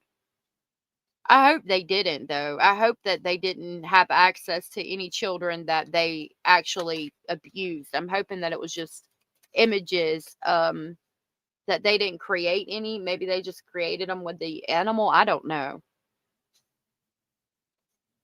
Anyway, she was booked into the Lake County Jail.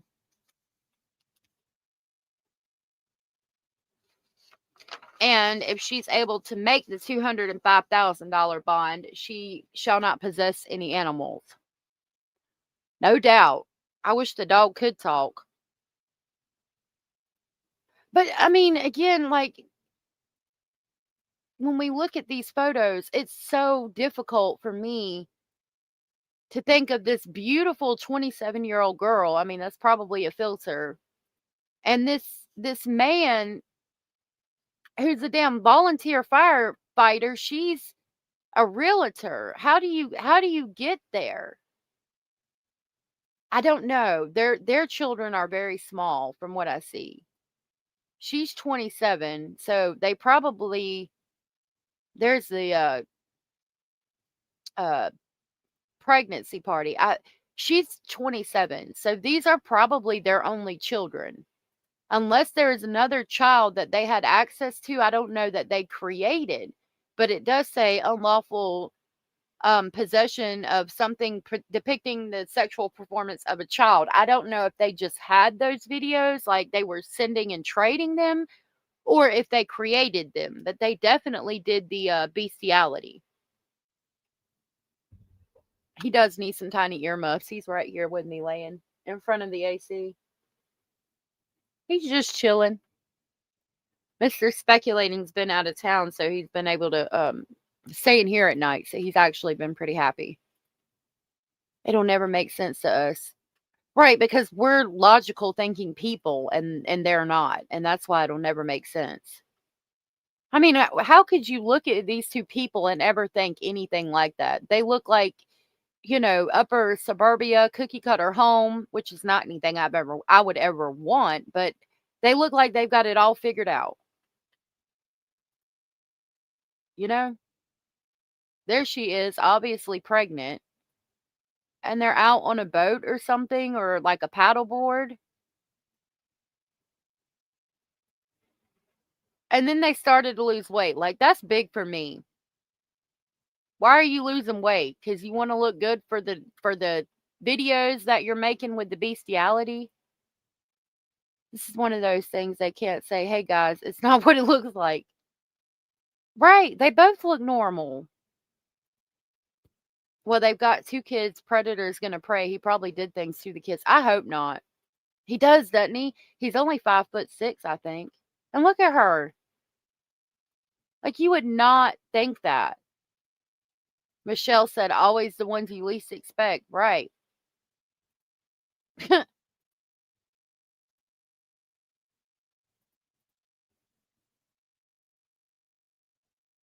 I don't see any photos of the animal. Looks like they're jet ski or boat or something that they sitting on.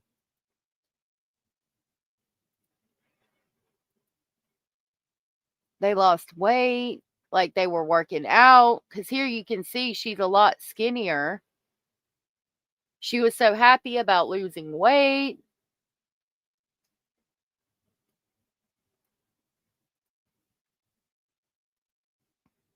They could have had stuff sent back and forth on Telegram. That's what I'm wondering. Bella Rose said, I think of all these poor people that can't have children and then the sick freaks that can and do. It's sad to think about, Bella Rose, isn't it? People who shouldn't have children or deserve to be around children at all. And then you have all these people who can't, who would give anything to have children. And these sick fucks aren't even taking care of them. She's got all kinds of filters. Well, she probably does, but she was still pretty. All right. So now that we've gone over the documents and I've explained it to you, we'll go over to YouTube and watch the video.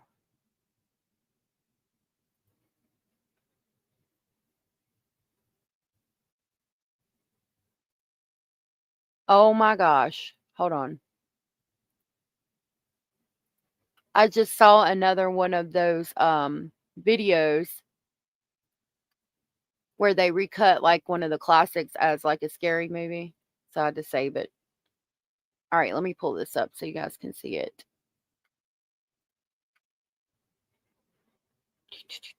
And then we'll talk about the other things that we have to talk about. So the baby's father, man or animal. You know, I was thinking that, but I didn't want to say that.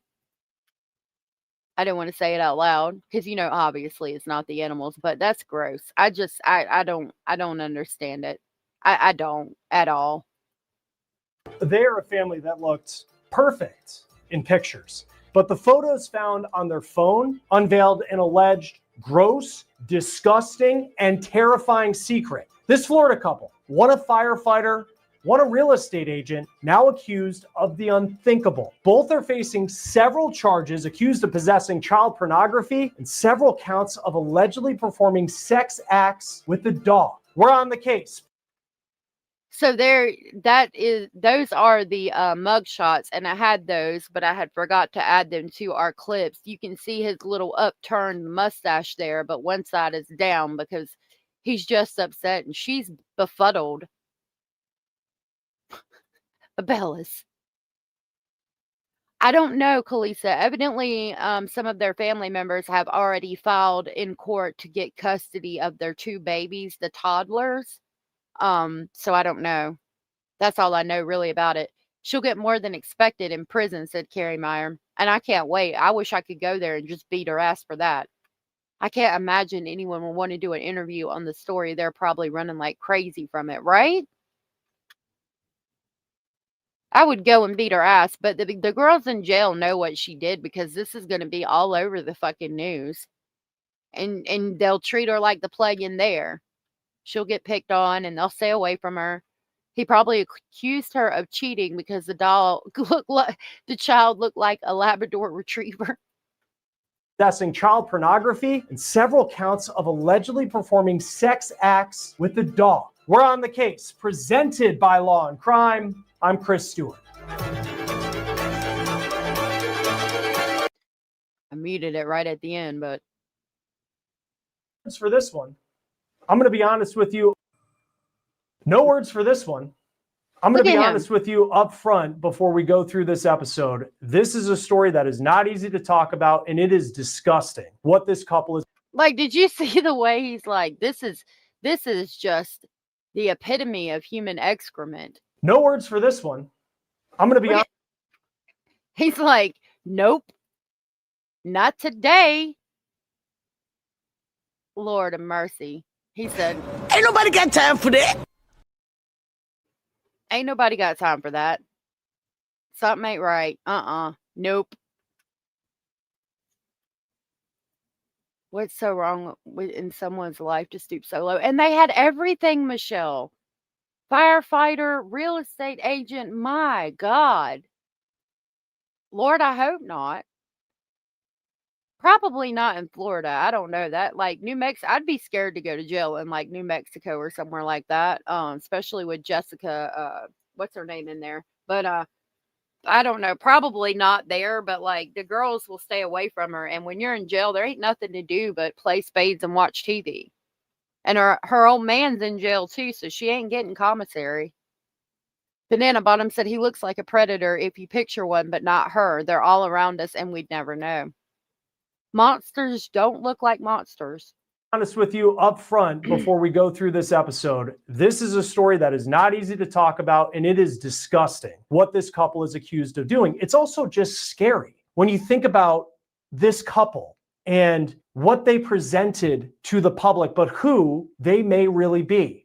As much as we can say this is disgusting, and certainly what they're accused of is disgusting, it is scary and terrifying, truly an alleged wolves in sheep's clothing. And this is why. Let's get into it. The couple's names, Jordan and Harleigh Hoffman. Now, the couple allegedly, they put up this front where you would not expect them to be accused of this. I mean, it's hard to believe anybody would be accused of this, but this couple, they have children, 2 children from what we can see in pictures. And they also had good jobs. Harleigh worked as a real estate agent. And it seems from social media, she also lost a lot of weight recently, that she was feeling very confident about herself. Jordan, her husband, he was a firefighter in Columbia County, Florida, where they lived, and now where they are both facing charges, including alleged sex acts with a dog. Now, here's what we know. This story first broke in Lake City, Florida in August, when Jordan, the husband, was arrested by Lake City, Florida police. Detectives said there.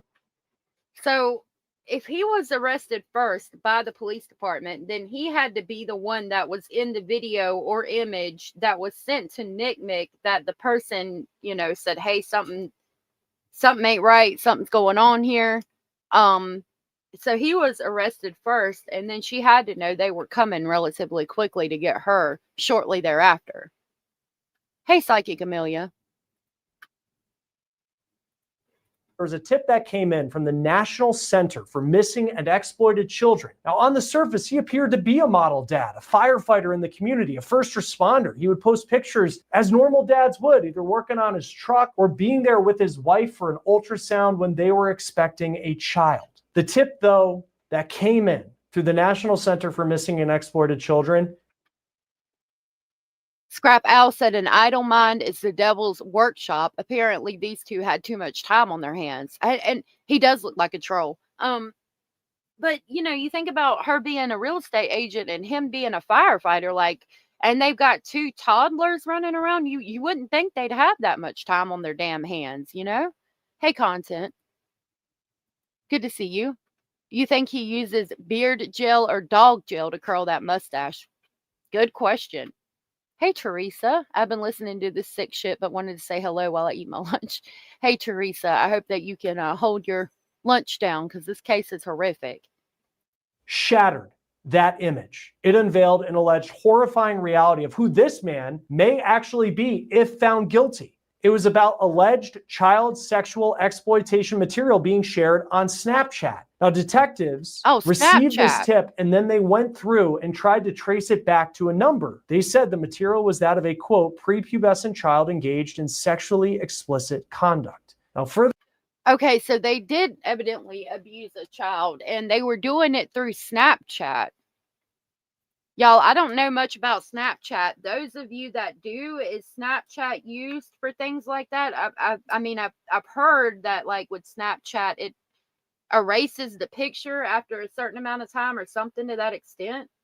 Who were they chatting with that wanted them to do that, or they felt they could do it and get away with it? Like, I still have a lot of questions. Yeah. Tom said, blockhead. Miss Woozy said that mustache is just very sad.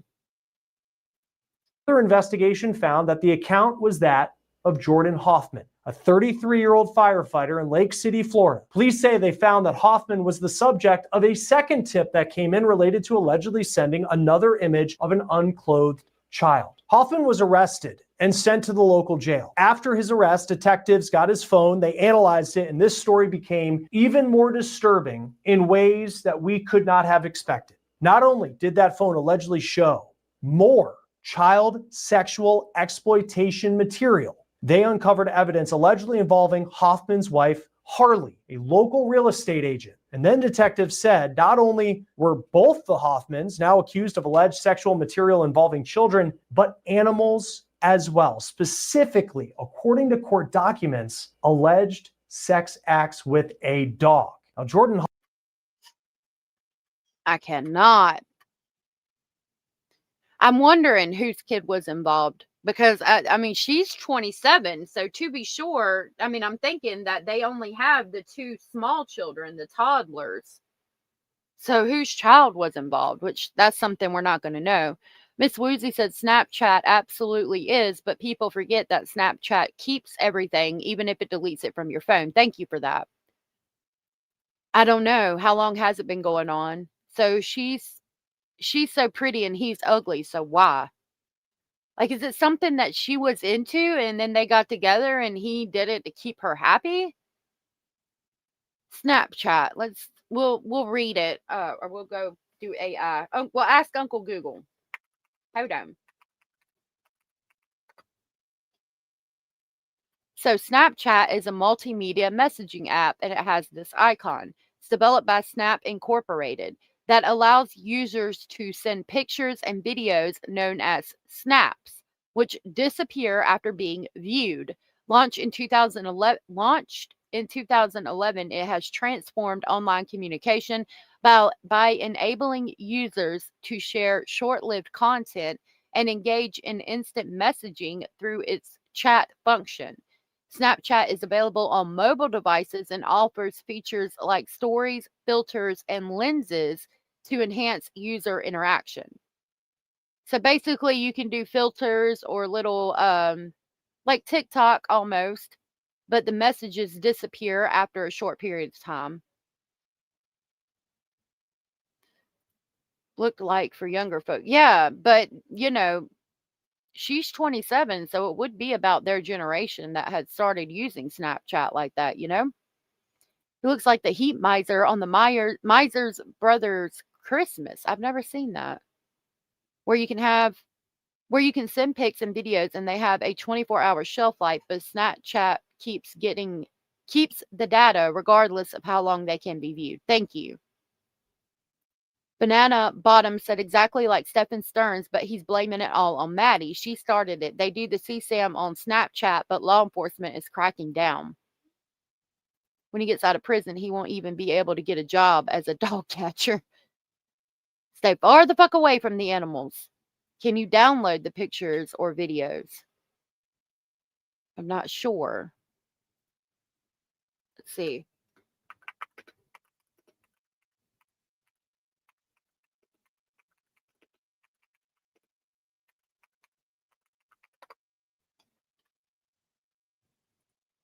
I said, can you download snaps from Snapchat? Yes, you can download snaps from Snapchat memories. Here's how to do it. Open Snapchat and tap your profile icon. Tap the icon to open settings. Scroll down and tap memories. Under Save Destinations, tap Save button. Select Memories and Camera Roll. This will allow you to save your memories on both Snapchat memories and your device's camera roll, ensuring you have backup of your snaps. But I'm wondering if you could download other people's snaps.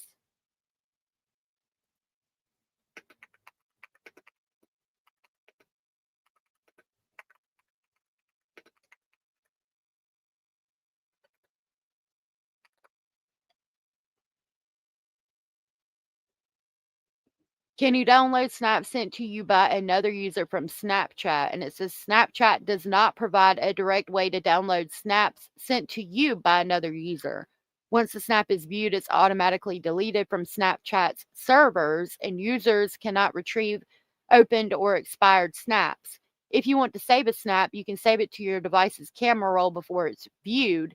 However, this does not guarantee that the snap will be saved without notification to the sender. Interesting. Or screenshots, yep.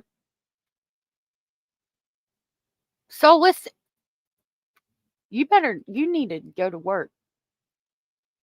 You could screenshot them also, yep. Snapchat sends an alert to all parties involved if a pic or video has been downloaded or screenshots have been taken by anyone in the chat. I didn't know that.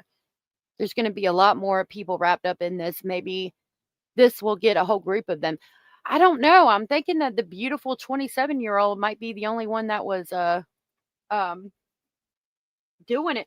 Like for me, the fact that they called Nick Mick and reported this shit. I mean, even somebody viewing child pornography said, "Whoa, this is a step too far when you're involving the damn dog." Holly said, "I know you can screenshot the snaps, but I don't know about videos. Thank you." Miss North said he was definitely the predator, probably attracted to a certain age of girl. Maybe that's why she lost all the weight to be more like a prepubescent girl. She probably had low self-esteem and was codependent. I could see it. Solistic Glow, good to see you. You better get to work. Love you. Miss North said he was probably in a group and they had an undercover in there. Yep. Miss Woozy said you can change the settings to save them forever instead of 24 hours. I was in a spicy adult group during the pandemic, so I know way too much. Oh, wow.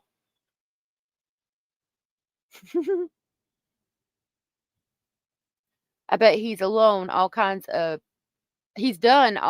nefarious shit for years, just never got caught. I'm wondering who's the mastermind behind all of this, honestly.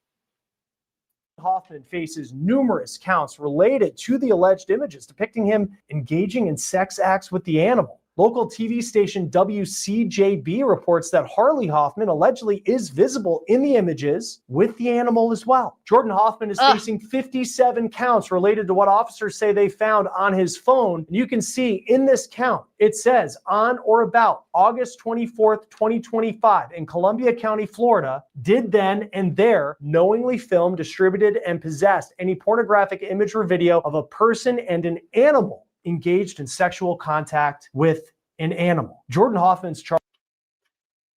So with him having way more charges than her, I'm thinking it might have been him as the mastermind behind him. Okay, have a good day, love.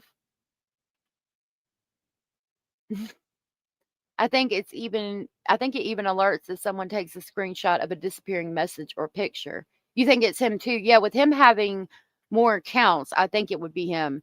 I don't blame you, babe. I don't blame you. Was on FetLife. I could believe it. Yeah, 57 counts. 25 alone were. Hold on. Yeah, that's good. Were unlawful sexual activities involving animals or possession of any pornographic image or video of a person and an animal engaged in any of the activities that were prohibited. And there were 25 counts of that. And again, like I said earlier, to film that, like, it happened so many more times before that. And there's a total of 34 counts of messing with the dog. And, again, to build up the ability to go and record that, it happened before. Ever love me? I'm not sure. Send it again just to be safe. FetLife is a place where you can talk about fetishes that you have. Charges include 35 counts of sexual activity involving animals, 13 counts of possession of child pornography, 5 counts of promoting sexual performance by a child, and other charges including unlawful use of a two-way device and a count of destroying evidence. His wife Harleigh is facing 14 counts, and that includes 8 for sexual activity involving animals and 5 for possession of child pornography. Now, there are still a lot of details that have yet to come out, including what relation this couple had to their alleged victims. Now, we do know that they were parents. Harleigh posted TikToks with their kids. They were seen out on Christmas, like so many families do, taking pictures in front of a tree. Harleigh's employer, though, posted this statement on their social media. It's a local real estate company, and it was in response to her arrest. Yep. It reads, quote, "We are aware of the recent allegations made against one of our now former realtors. Southern Integrity Realty does not condone or support the behaviors associated with these allegations. We are committed to upholding the highest standards of professionalism and integrity within our organization and promoting safety within this community we love." Court records show that Harleigh Hoffman waived her arraignment. She entered a not guilty plea to all the charges that she is facing, and it reads that she's demanding a jury trial in this case. Jordan has yet to enter a plea, according to court records. He is next expected in court on October 1st for a hearing where he is demanding his bond be lowered. Do you ever notice how... So she's asking for a jury trial, and he's demanding that his bond be lowered. I mean, with the allegations and how many counts there are, I highly doubt that the bond will be lowered. And taking it to jury, like, you really want to go to trial and say what exactly happened in front of a group of your peers? Like, really? Banana Bottom said he's probably the mastermind, but as you said, if someone asked that of you, you'd probably grab your kids and animals and run. They're both equal in my book. I agree. His head is perfectly shaped like a block. It really is. If you're ready to try it for yourself, now's the time. For a limited time, if you order the Journey Pack using my code, you will get a free view of your screen to get yours today. both Jordan and Harleigh seem to currently be held in the Columbia County Jail. Now, I can also see with online court records that there are active custody cases in family court in Columbia County where it appears extended family members of the Hoffmans are filing to take custody of their children as they're now facing these extreme charges and accused of unthinkable actions. Now, this story is shocking, and there's no way to understate that. Even if So basically, I'm thinking their parents or somebody came in and said, you know, I want custody of my grandkids, considering what they're charged with. People in hell are demanding ice waters. Yep, Bella Rose, the jurors will have to view that evidence, and what the hell? Like, and how are you going to deny that evidence of you with the family dog, ma'am?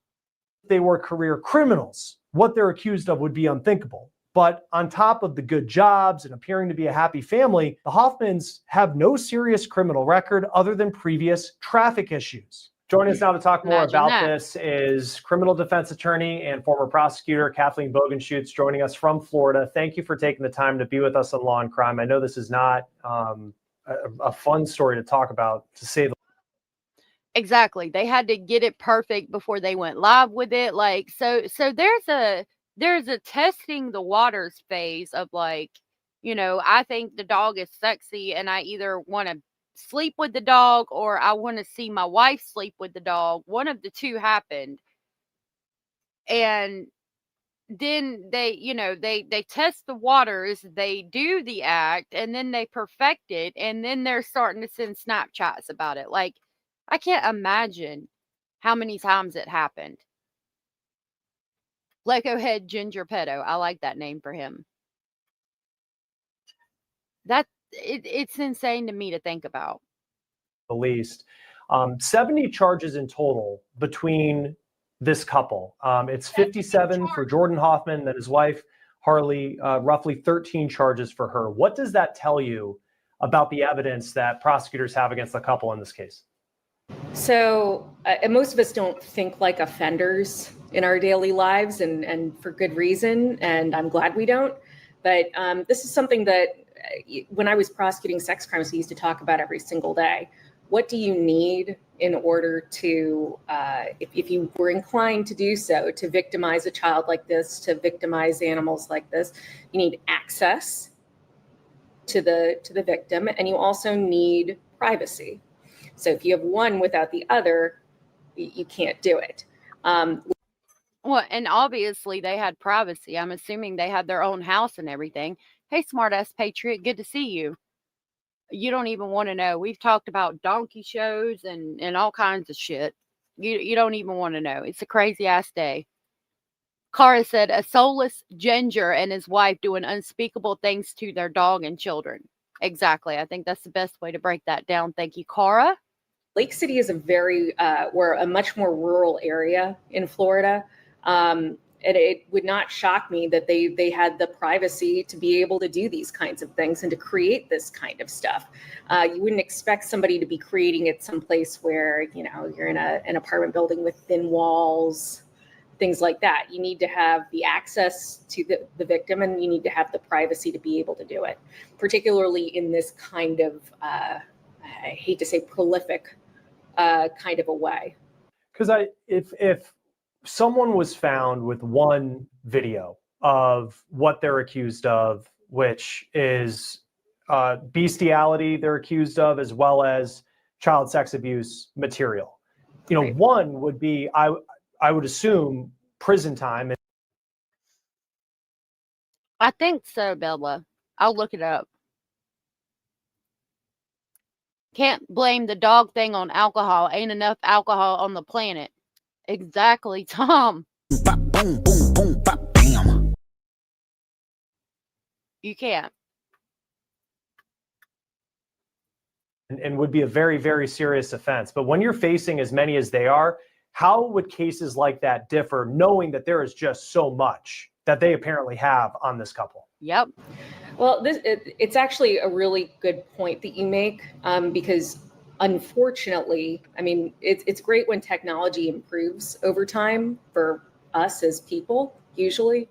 But yet back in the day, like back in the 90s and the early 2000s, if people were trying to exchange videos like this, I mean, they were sending CDs through the mail. They were sending those old floppy disks through the mail. And these days, computers are just capable of so much, and cameras are capable of so much, and you can fit. But I mean, they got away with it too, sending it in the mail like that because the police didn't know at that time. And as time progressed, so did the police. So I asked, do people sell child? You can see the word on Snapchat. The answer is yes. People do sell child. That word on Snapchat. Reports indicate that Snapchat is a primary platform for online predators who use sextortion schemes to coerce minors into sending explicit images and videos. There have been cases where individuals have been accused of recruiting children to produce and send child pornography. Additionally, Snapchat has been criticized for ignoring employee concerns about the app facilitating harms against minors, including sextortion and sexual exploitation. It's actually favored by child predators.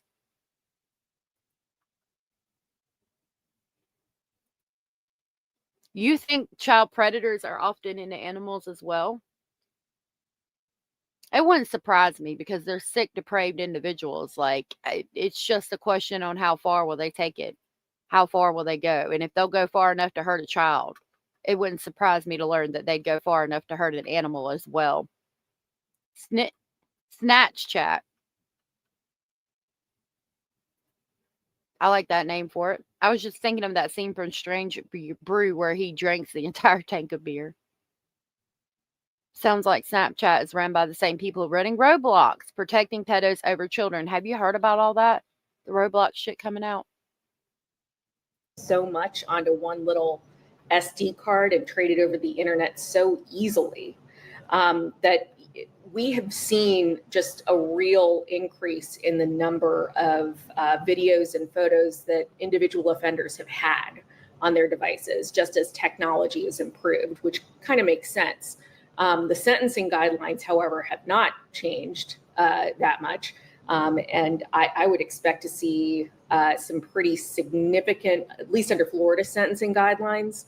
I'm assuming that we would be dealing with aggravated child pornography. We've got multiple charges, and then we're going to end up with minimum mandatories based on that. What if you had to ballpark the type of prison sentence that they could face? What type of time would they be looking at? That's a good question. I want to know that as well. And I want to know where the child is and if the child is now safe from these predators. I'm thinking the husband, but not sure.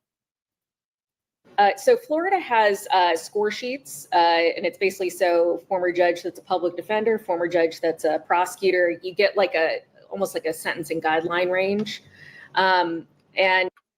I mean, I know the dog didn't get her pregnant, but it wouldn't surprise me to learn that they were sleeping around and swinging and things like that.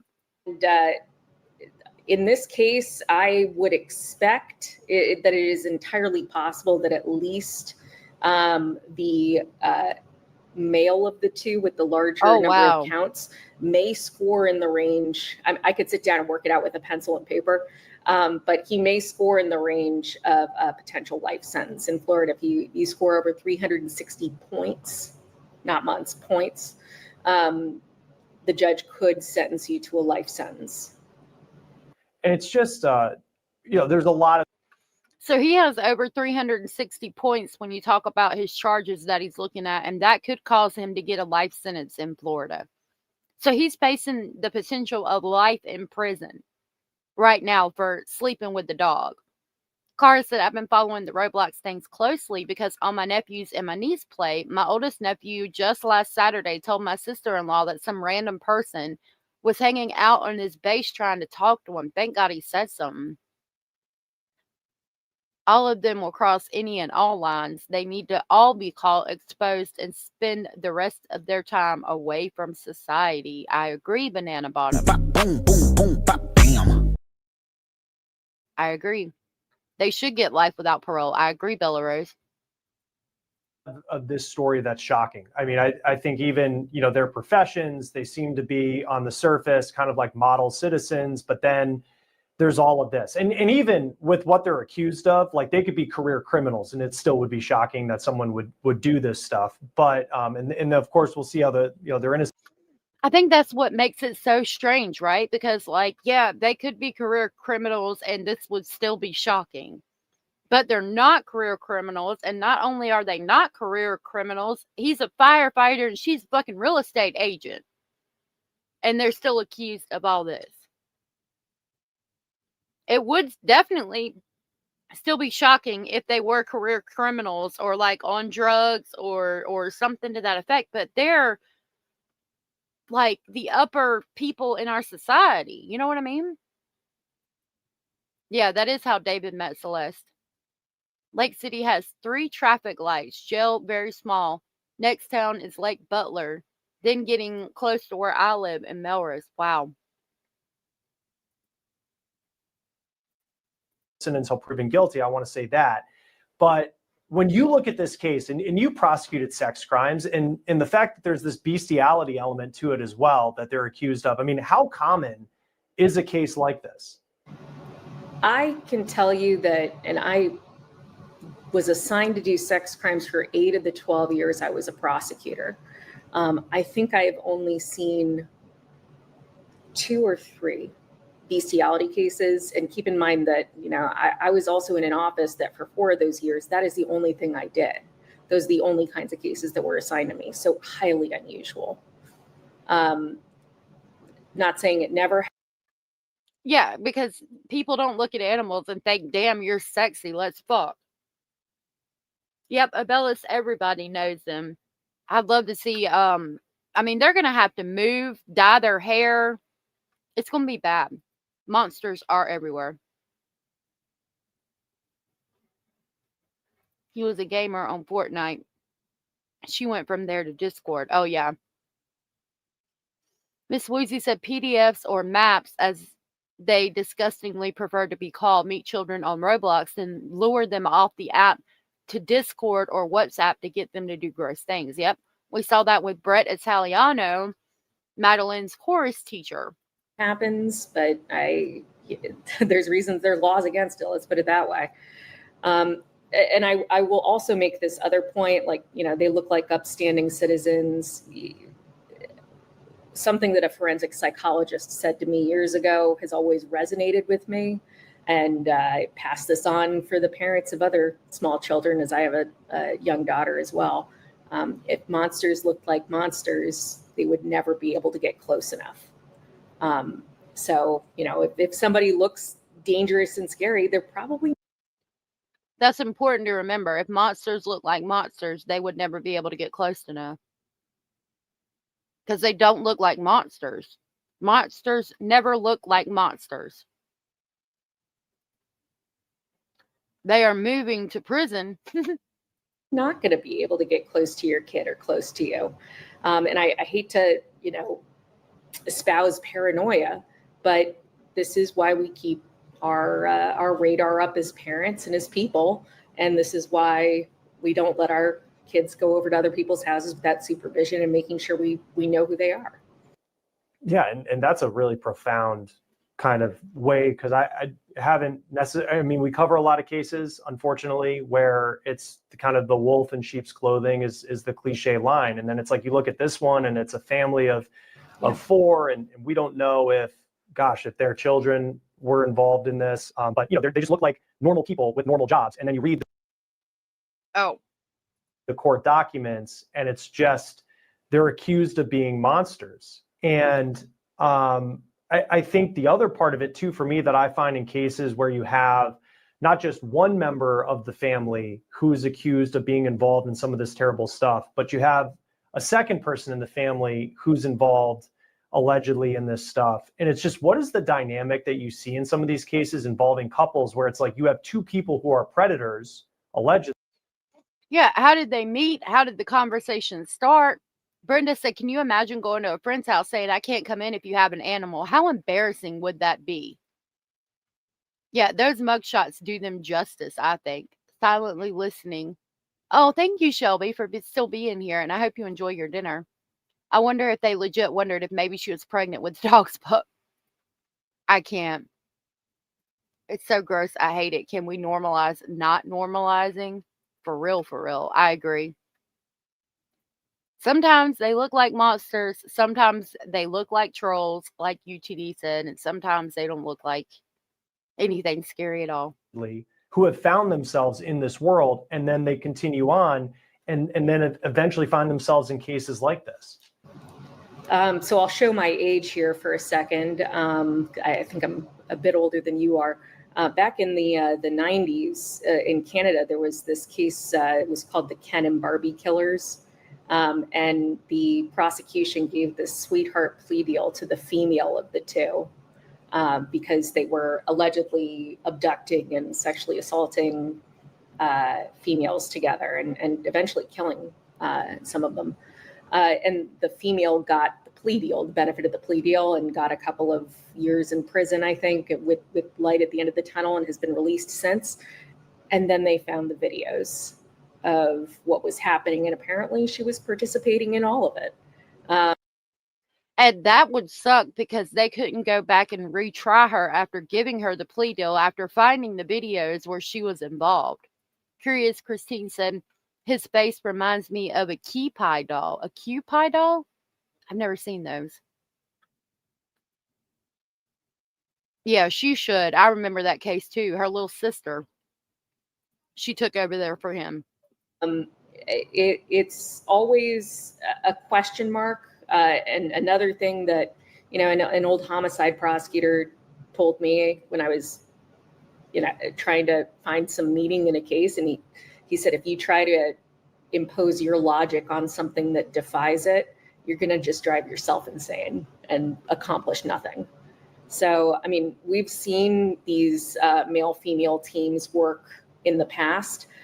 There's even video footage of it from back in the 90s. And of course, that would have had to have been one of these type cameras. But they were filming their exploits with these girls. And it turned out that the female of the couple was just as involved. Now, she claimed in that case, it was Carla Homolka, and the male's name is escaping me, Paul Bernardo, I think. But she was claiming to be the victim of domestic violence. There were these pictures of her with her eyes punched out. So there was this kind of decision.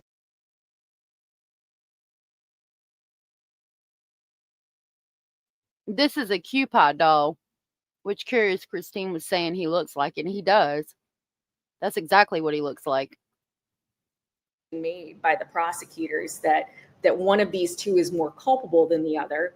That maybe she was, there was some kind of Stockholm syndrome going on when she was participating to it. And then they found the videos. And there was kind of a public outcry to revoke her plea offer. And I think in Canada, it was the Crown prosecutor, but they stood by their plea deal. But we have seen these kinds of like folie à deux type couples happen in the past. I'm not saying that's what happened here. It's entirely possible that, we've got one out of the two that has significantly more power in the relationship. But, we'll just have to wait and see. Okay. And he's trying to get off of the charges. She's taking it to jury trial. I'm going to do a poll of who you think was in charge. Sam Brown said they were my next door neighbors, Ken and Barbie. I was 12 at the time, directly next door. That is so scary. In fact, Homokillo is now thought to have been the instigator. So there they could they have revoked the plea deal? Because they were saying that the public was outcrying for them to revoke their plea deal. It was a sick and twisted case, but that's insane to me. It's just based off and that's an interesting point about domestic violence and certainly there's relationships that involve domestic violence that are incredibly serious. In this case, you have, Jordan is facing 57 charges. His wife, it's 13 or 14 charges, all of them serious charges that she's facing. But it seems that he was far more involved based off the evidence than she was. Yet I know that there's a local TV station saying that she was seen in the video, so she is there.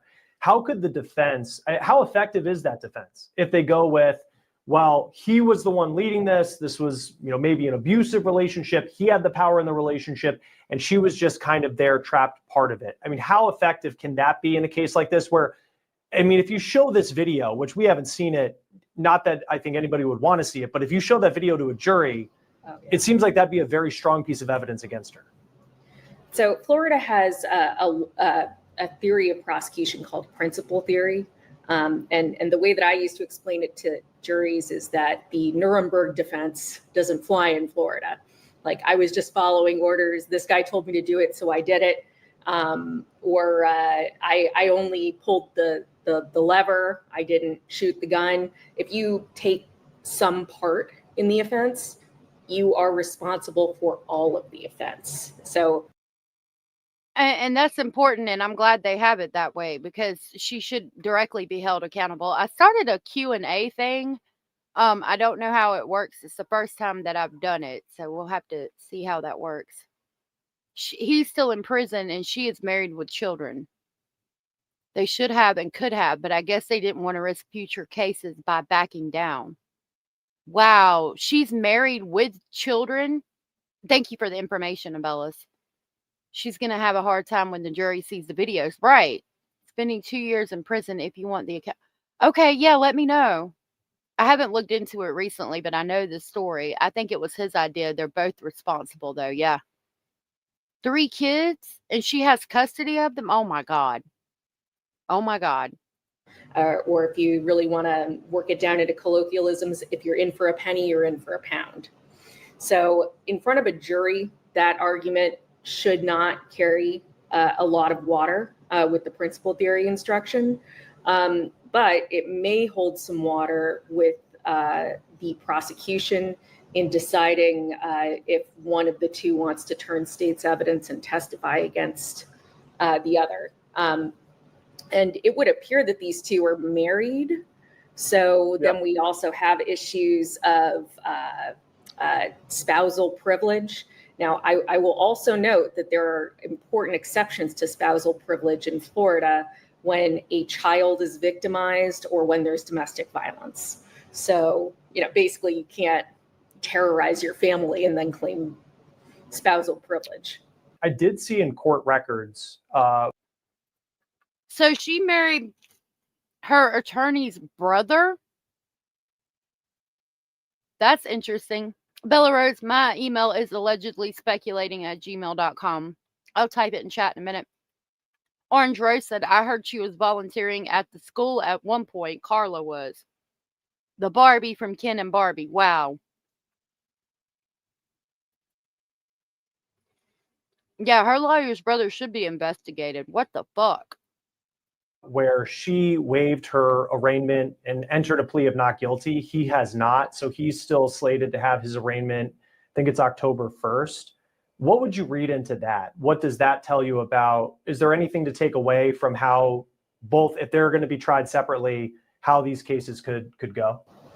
So they obviously can't be represented by the same lawyer. I don't know if the public defender's office was appointed to her. And then another attorney, maybe off of the wheel. That's what we call it, the wheel. Like a private attorney would be a specially appointed public defender, or he would get conflict counsel, essentially, to represent him. So that could be the explanation as to why she was able to enter a plea and he was not. There's a bunch of steps of bureaucracy that you have to go through when the public defender's office conflicts off a case. So I haven't looked it up to check that she has a public defender, but that's my first suspicion, that he's kind of winding his way through the bureaucracy to get his own lawyer appointed. And I know you're a criminal defense attorney as well. And I think for Jordan, the husband. So it makes me think that he's throwing her under the bus and said, I'm going to hire my own attorney, but she's stuck with the public defender. Absolutely fucking disgusting. And it's interesting that it sounds like he's going to throw her right up under that damn bus. Banana Bottom, thank you so much for the super sticker. That was so very sweet and supportive of you, and I greatly appreciate it. That helps out so much with submitting FOIAs and trying to get information. Oh, look. It's got a little fox with a painting that says #1. That's so cute. Thank you. Thank you, Banana. I greatly appreciate that. Thank you for dropping my email too, Abellis. Miss North said we've heard that before too, where the girlfriend or even daughter lure in girls for the predator. Yep.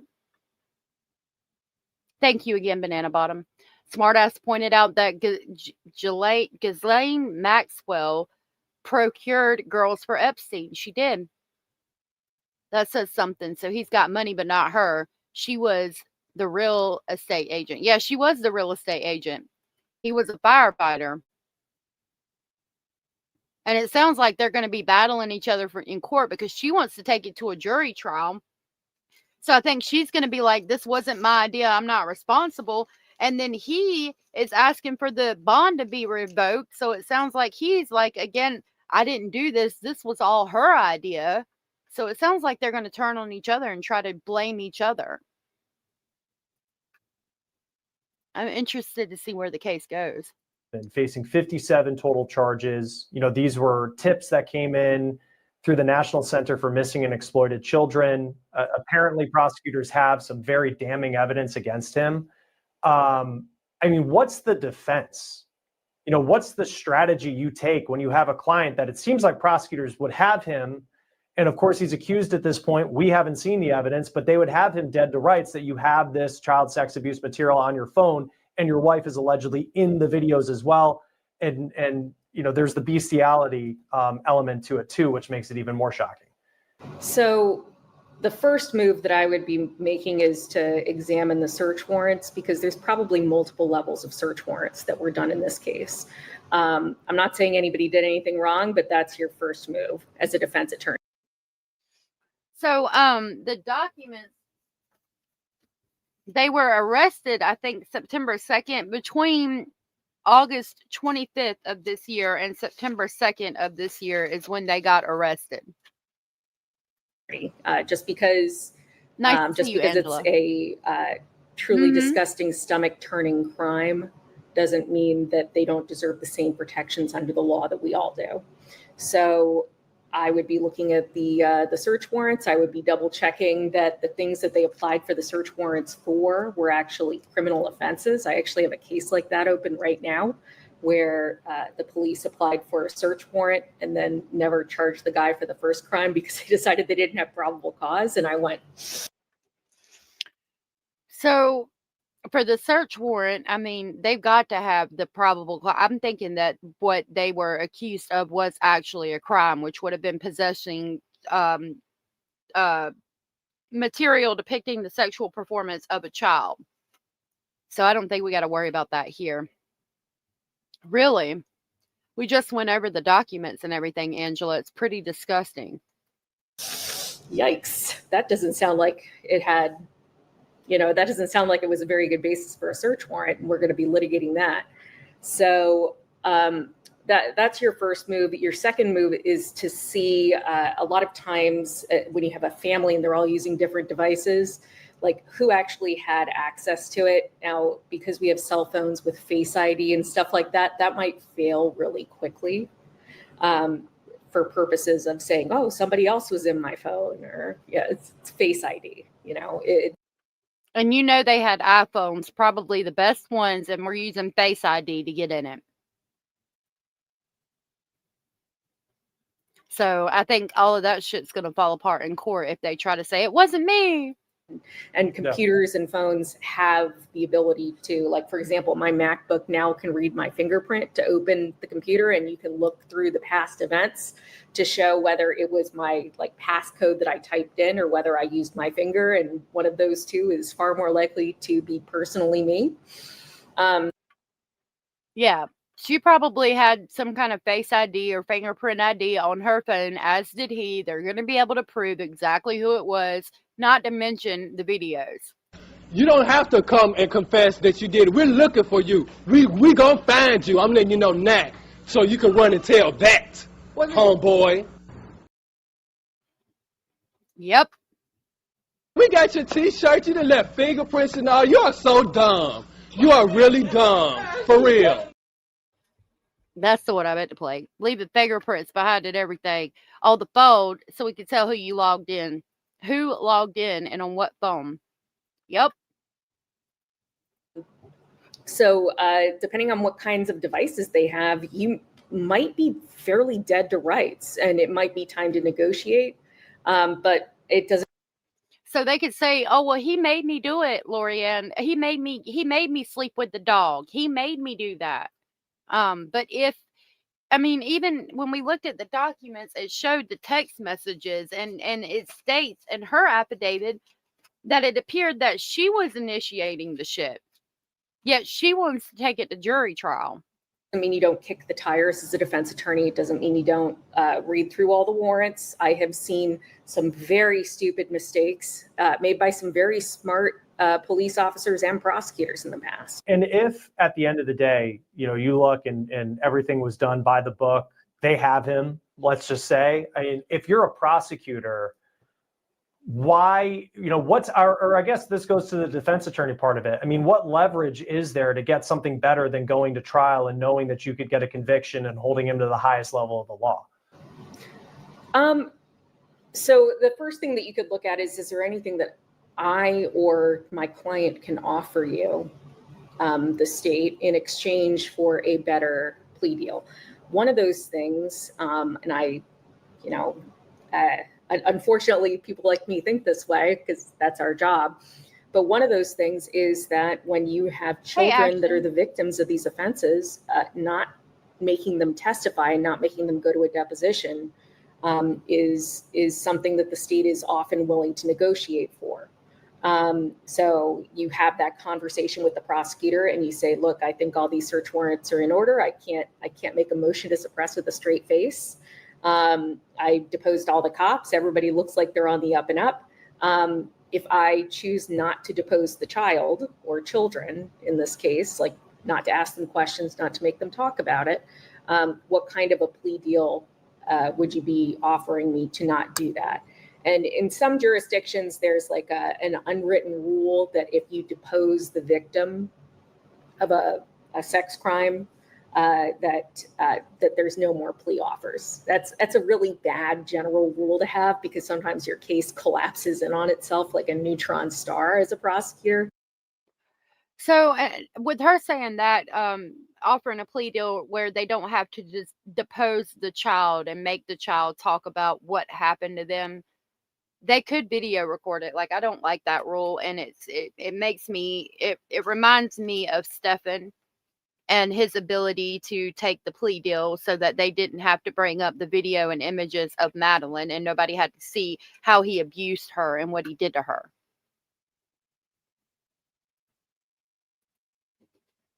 It's 25 max, but again, some never get out. Bernardo is such a vile case. We Canadians would go nuts if he was allowed out. Yeah. I think back to, I think it was one of the guys in Hollywood that said never work with children or animals. Because you never know what's going to happen. And in fact, when I used to prosecute cases with children, to a case, I always put the child on first and then used the rest of the witnesses to clean up whatever the heck just happened with the kid on the stand, because, it's just very difficult to control children and to be able to make them talk about what will hopefully be the worst thing that ever happened to them in front of a courtroom full of people. So I would hope that they have enough evidence, UTD, and it sounds like they've got enough to not make those children have to talk about it.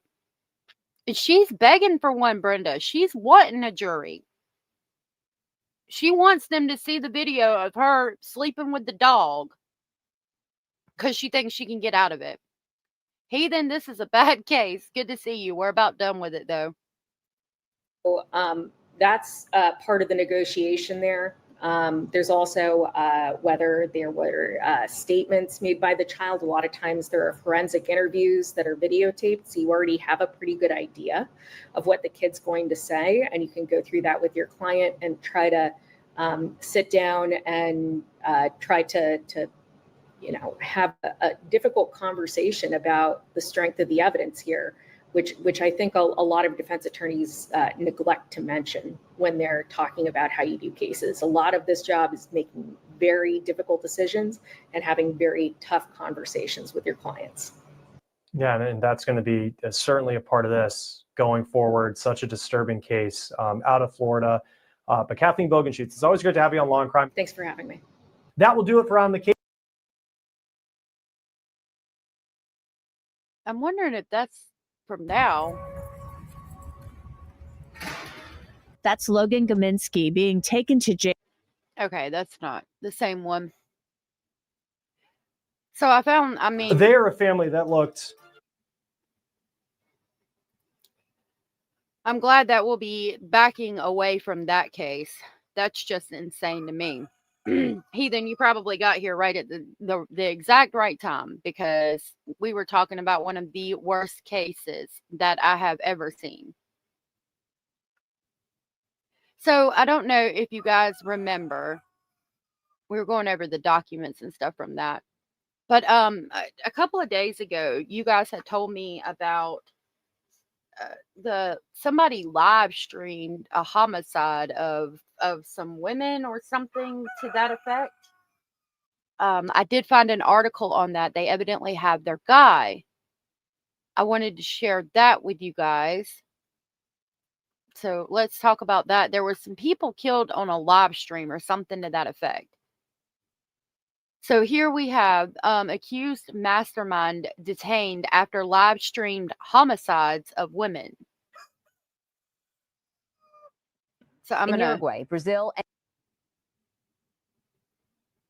So women across Latin America marked International Women's Day by protesting the rise of violent acts against women in what they have labeled femicide.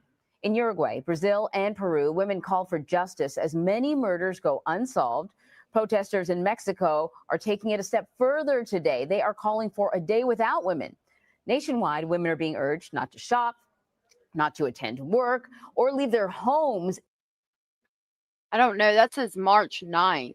I don't know where that was from or if it was old, but that might be a different video. It says Argentina's government on Tuesday said Peruvian authorities had detained a suspected mastermind behind the brutal homicides of 2 young women and a teenage girl in a live stream attack, bringing the arrest in the case to 9. Quote, I want to congratulate the Peruvian National Police for their tremendous work and collaboration in capturing the 2 fugitives in the triple homicide, Argentina Security Minister Patricia Bullrich said in a statement posted to X. A suspect identified as, quote, Little J, unquote, was arrested in Pascanana, about 45 miles south of Lima. And there he is. Earlier, Bullrich had announced the capture of another suspect in Peru, Matis Orzirio. Last week, the bodies of Morena Verde and Brenda del Castillo, cousins aged 25 and 15 cousins aged 20, and 15-year-old Laura Gutierrez were found buried in the yard of a house in a southern suburb of Buenos Aires 5 days after they went missing on September 19th. The 3 were tortured and killed on a closed social media group of 45 users as a warning over an alleged drug theft, according to Buenos Aires Security Minister Javier Alonso. The suspected mastermind, Little J, is a Peruvian national about 20 years old and is alleged to operate a drug gang in the Zabalinte neighborhood of Buenos Aires. Azario, who was around 23 years old, is believed to be Little J's right-hand man, local media reported.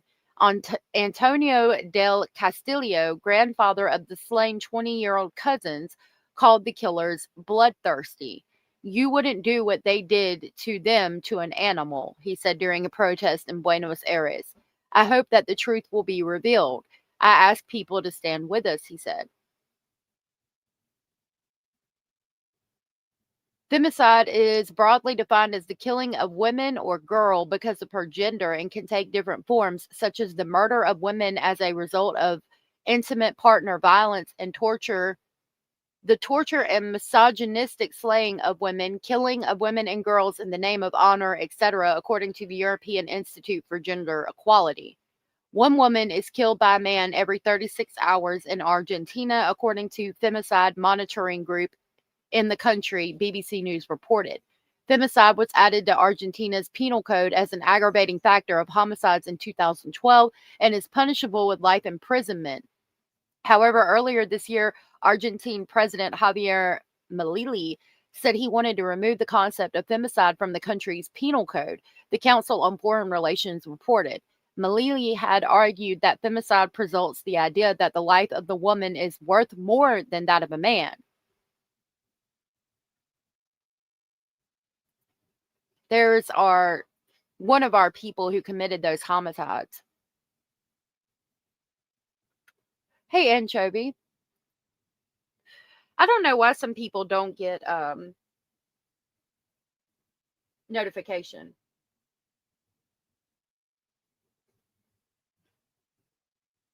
Okay.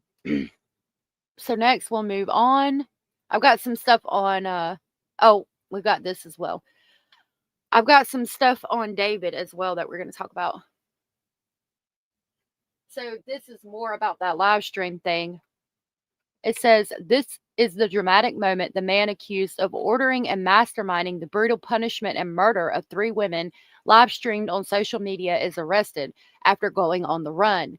Baby-faced Tony Wazin Valverde Victoriano, pictured, is 20 years old, and he was hauled out of the back of a lorry he was hiding in after fleeing Buenos Aires in the wake of the horrific crimes and managing to get across the border to his native country of Peru.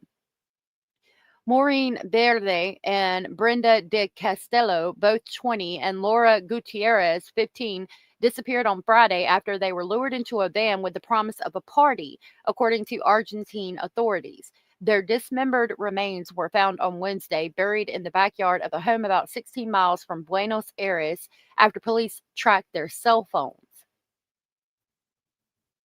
Officers believe the women were taken to a house and accused of stealing drugs before they were brutally punished and killed on camera. Laura is said to have had all 5 fingers on her left hand amputated before her captors ended her life. Brenda del Castillo had a skull fracture and her stomach had been cut open after she was killed. Marino is understood to have been asphyxiated with a plastic bag found pulled over her head. Buenos Aires officials said last Wednesday after the bodies of the victims were found at a rundown house of horrors in Florencio Valeria, they believed around 45 people watched them being punished and murdered on a closed Instagram live stream. The women were tricked into going into the house where they were killed on the promise of a £220 payment each for attending a party there.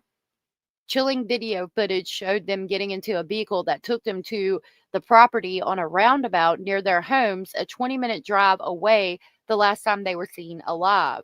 Peruvian police released footage of an officer ordering Argentina's most wanted man, nicknamed Pequeno J or Little J in English, to tell them his name and his nationality. The truck the alleged narco had been smuggled into was caught up in a road blockade organized by protesting local fishermen on the Pan-American Highway south of the Peruvian capital of Lima. Hours earlier, another fugitive described as Little J's alleged right-hand man and named as Matias Agustin Orzario was arrested in Lima.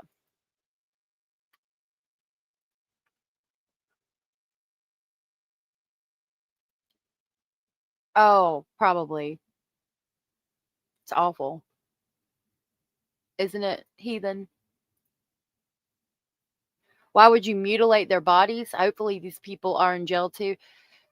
Yeah, evidently it was live streamed. I don't know. I'd heard about it and I found this, so I wanted to talk to you guys about it. Just sick. Argentina's Minister of National Security reacted to the news of the capture on social media alongside of a photo she posted of little Jay appearing to smirk as his hands were cuffed behind his back. She wrote, "I want to congratulate Peru's National Police for the great work they've done and their cooperation in the capture of the two fugitives for the triple homicides. Anti-drug officers held little Jay in Puscanana, showing that when working decisively and in coordination, criminals have nowhere to hide. Anti-drug officers held little Jay in Puscanana, showing that when working decisively and in coordination, criminals have nowhere to hide." She finished her message by writing, "You reap what you sow." As the first reports came out identifying little Jay as the alleged mastermind of the brutal crimes, police feared he had fled Argentina for his homeland, Buenos Aires. Security Minister Javier Alonso confirmed the entire homicide and punished session was broadcast live on social media and was apparently viewed by 45 people who followed that Instagram account. It is alleged the drug trafficker was trying to send a message to others with the broadcast of the killings. During the broadcast, someone was heard saying, "This is what happened to anyone who steals drugs from me." Peruvian anti-drug police chief said he has announced the arrest of Argentina's most wanted man and his suspected accomplice. The motive for the assassination of the three women was the theft of approximately 3 kilos of cocaine. One of them had allegedly taken from the leader of the organization. His comments echoed those of Argentinian counterparts in the wake of the homicides, who referred initially to around 4 kilos of cocaine being taken. Mr. Alonso said of the social media live streaming of the crimes, it is relevant to the motive for the homicides, which is that the leader of the gang is saying, "This is what happens to you if you steal drugs from me."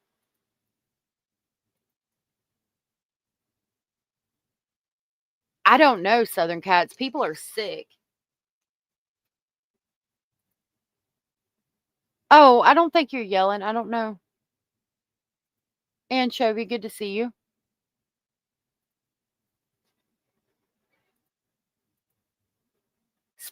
Speaking after the bodies of 3 young women were found, he added they were last seen getting in a vehicle voluntarily because they had been invited to an event, not knowing that they were falling into a trap set for them by an international drugs trafficking gang, which had hatched a plan to kill them.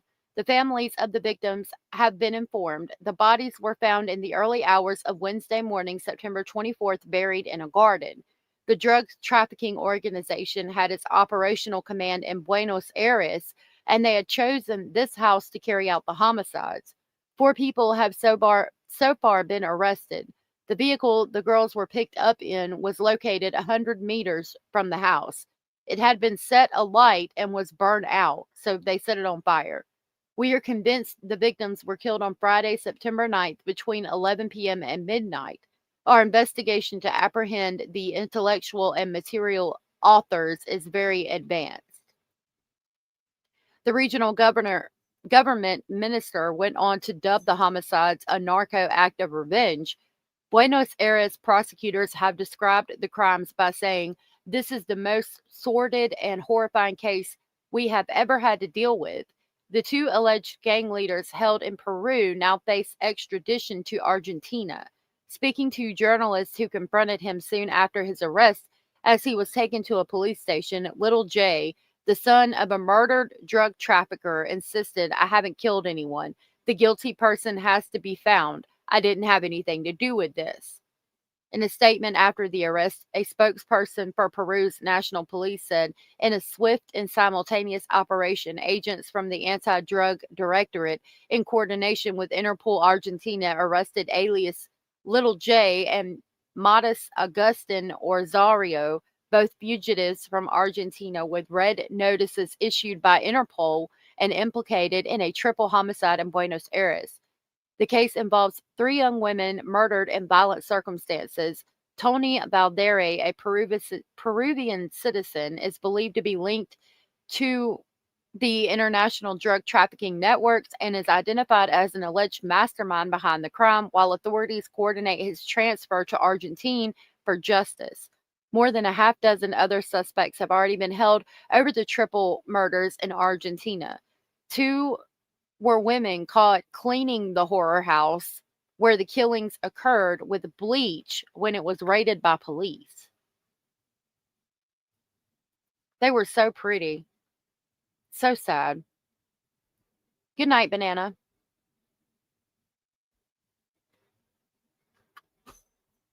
That's so sad.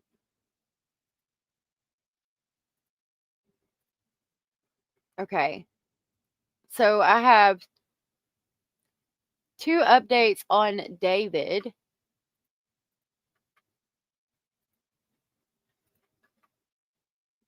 So this article is titled, David was making millions as a minor before Celeste's death. Rising R&B singer David has seen his once promising career overshadowed by an unfolding investigation. Now every part of his life is under a microscope.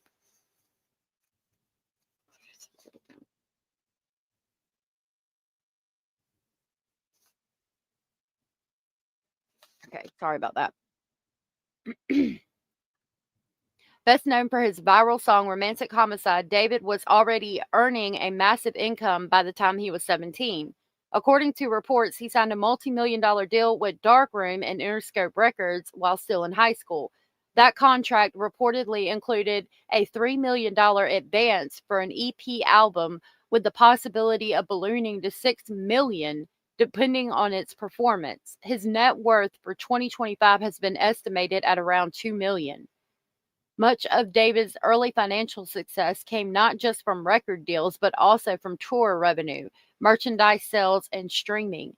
His breakout single propelled him to stardom, and his fan base expanded quickly, according to Billboard.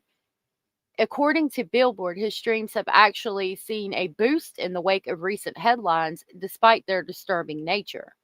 The singer is now at the center of an ongoing police investigation after the body of a 15-year-old Celeste Rivas was discovered in the trunk of his Tesla.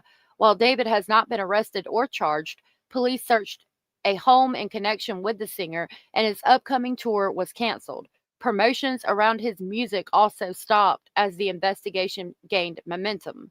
Although he has remained silent publicly, speculation continues to swirl.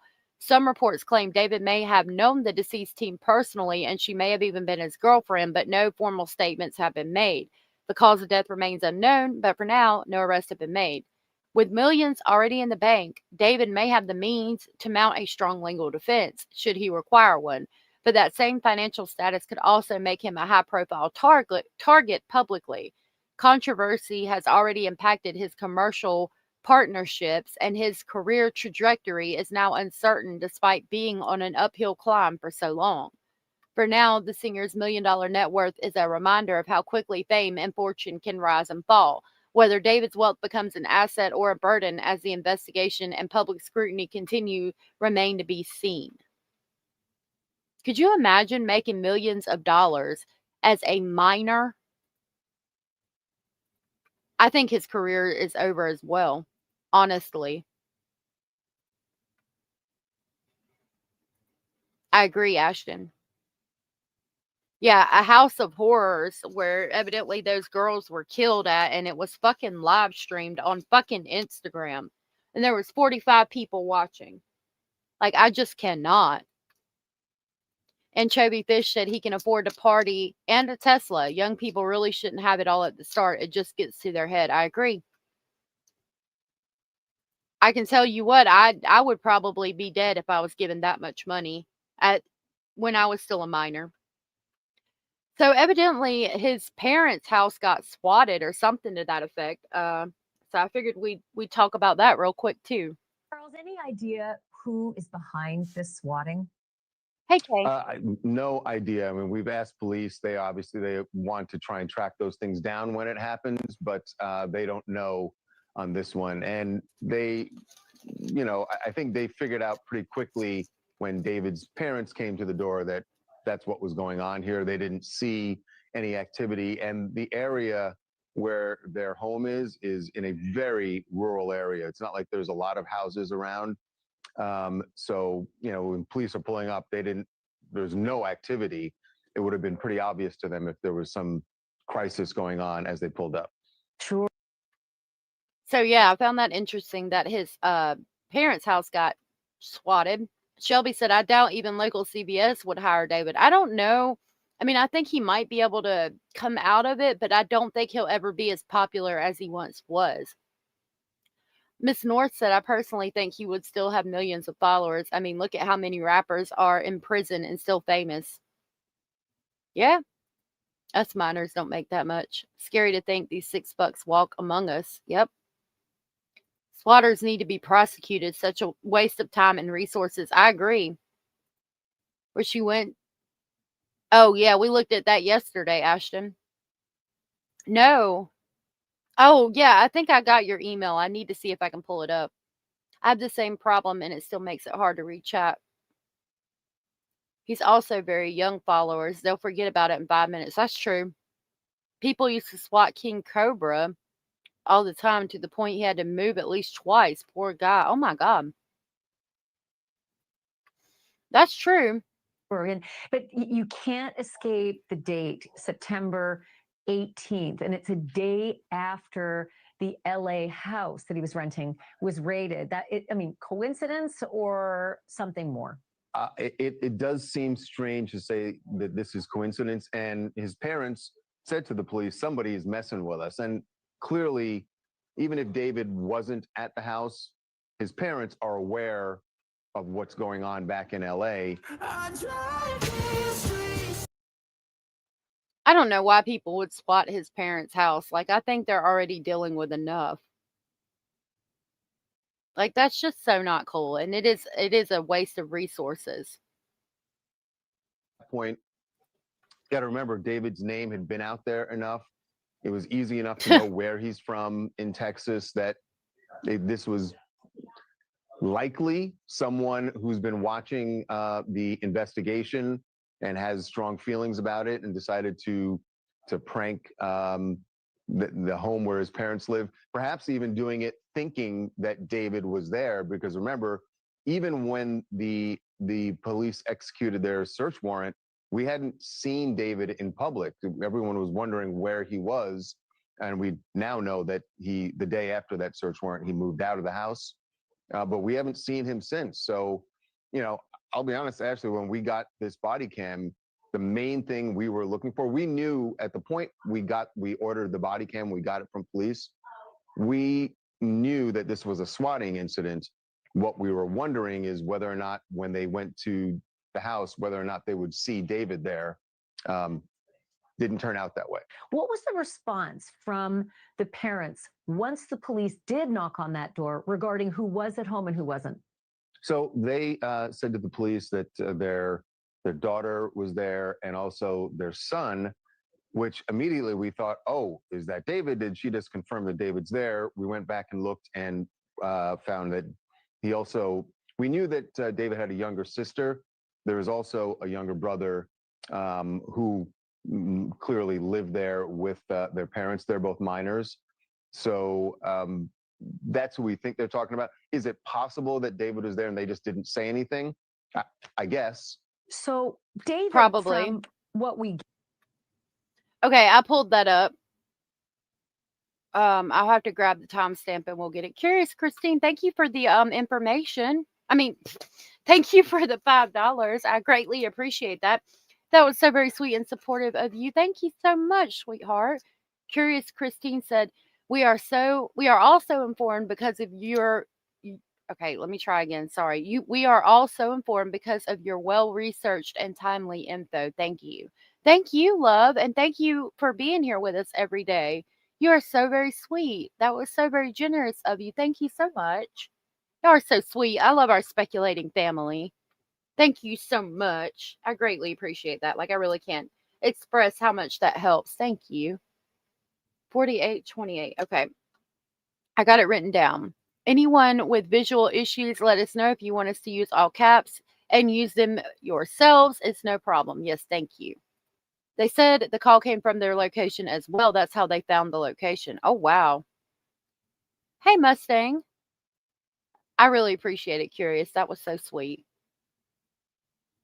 Okay, here it is. Gather is that his mother was really heavily involved in his career. There's apparently a video saying, he had to ask. My old phone carrier was reaching their hand into my wallet and just helping themselves.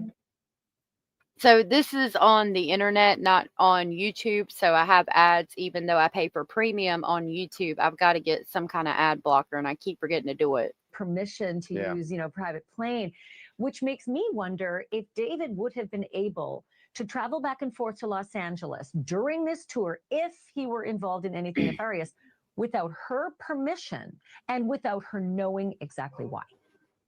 I think he could have. I know that she was involved in his career, but she's not officially his manager, and he is now, adult age. Certainly, when he was a minor and getting started in the business, she had a lot of say in what was going on. But he's managed by people at his label now, so there's nothing we've heard that makes it seem like his mom had that much control over him at this point. So I don't think necessarily she knew exactly where he was, at every moment during this tour. So whether or not she would know his whereabouts during that time when the body was found and the weeks right before that, I don't have any indication that she would. Yeah. Pay attention to the man in the white and gray hoodie. So I found that interesting, and I wanted to share that with y'all. Okay, you said go to timestamp 4828.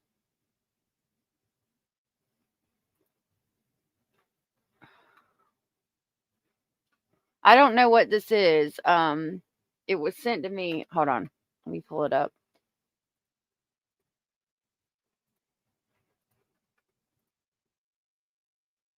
$48. Okay, let's see. Algorithm. I don't know how real this is, but this is apparently internet detectives speculate that this post on David's second Instagram account, Extra David, on August 12th, 2025 is the night that he took Celeste Rivas's life. They say David is waving goodbye to his Tesla at some type of motel with an eerie song playing in the background. I'm not going to play the background song. Maybe just a little bit of it. I did not see this. This was apparently on his Instagram. Oh my God, so it's one of his songs. Yeah, there you go. So that's all I wanted to play so you guys can figure out what song it is. And apparently, oh my gosh, I did not see this. I don't see a Tesla out there, but they're saying there's a Tesla there. I guess maybe this vehicle they're saying could be a Tesla at this motel in this weird place. And then he's waving goodbye. Oh my gosh, that's his nail polish. Wait, listen, I've deep dived this case so much, Daniel. I am willing to bet $100 right now that is his hand. People need it. I mean, internet's loose. Where is this place? I don't know what to think about that.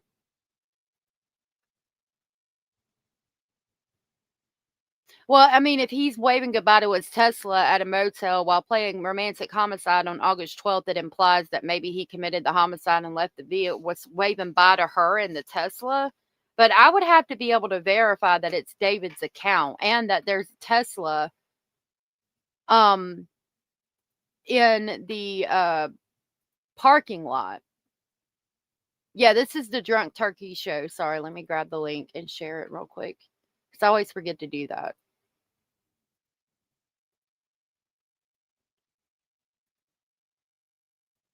That's a car getting towed. Is it?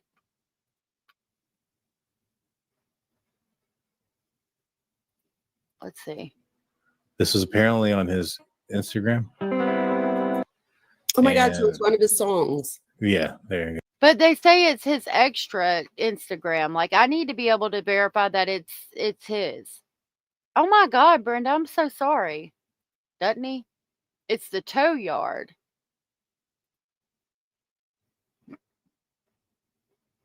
Yeah, I so don't think it's, that's all I wanted to play so you guys can figure out what looks song like it is. It's getting towed, but And apparently, oh my gosh, I did not see this. I don't see a Tesla out there, but they're saying there's No, a it's Tesla a there. motel. I guess maybe this vehicle they're saying could be a Tesla at this motel in this weird place. And then he's waving goodbye. Oh my gosh, that's his nail polish. Wait, listen, I've deep dived this case so much, Daniel. I am willing to bet $100. Are you saying that's a tow yard where he's in the parking lot of? I think it might have been in a video too, because it looks kind of familiar. That's a dive motel. No, I won't be able to pull it up on Instagram.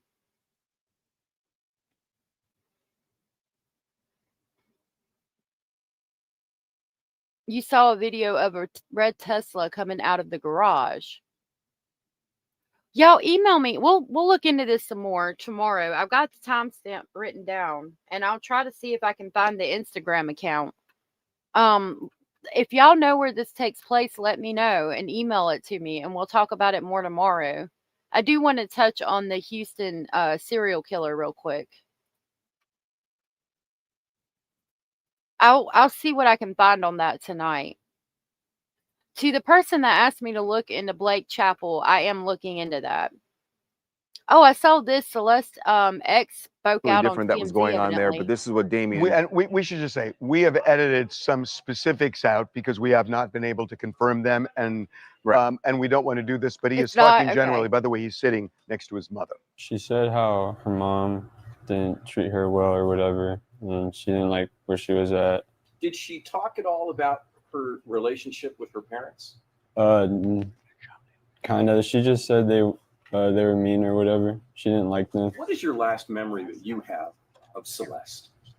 We were at PE, and she told me, my friend, that she was running away, and she said it was because of her parents, and she was like joking about it, and she was like happy, like joking like she always was, and like it didn't seem real because like she was like playing around, joking about it. And the next day she wasn't at school, and like that's the last time I saw her. Yeah. So she had run away, as you know. So that's what the ex-boyfriend had to say. That, I mean, I keep hearing accounts that her mother was mean or something to that regard. And if her mother was mean, it makes sense to me that she would always attempt to be at David's house because he's got money, fame, and fortune. That's already going to be hard to compete with. And if her mother was always constantly arguing with her, of course she's going to try to bounce. Kimberly Sullivan. I think you asked me about that. Let me go ahead and write it down.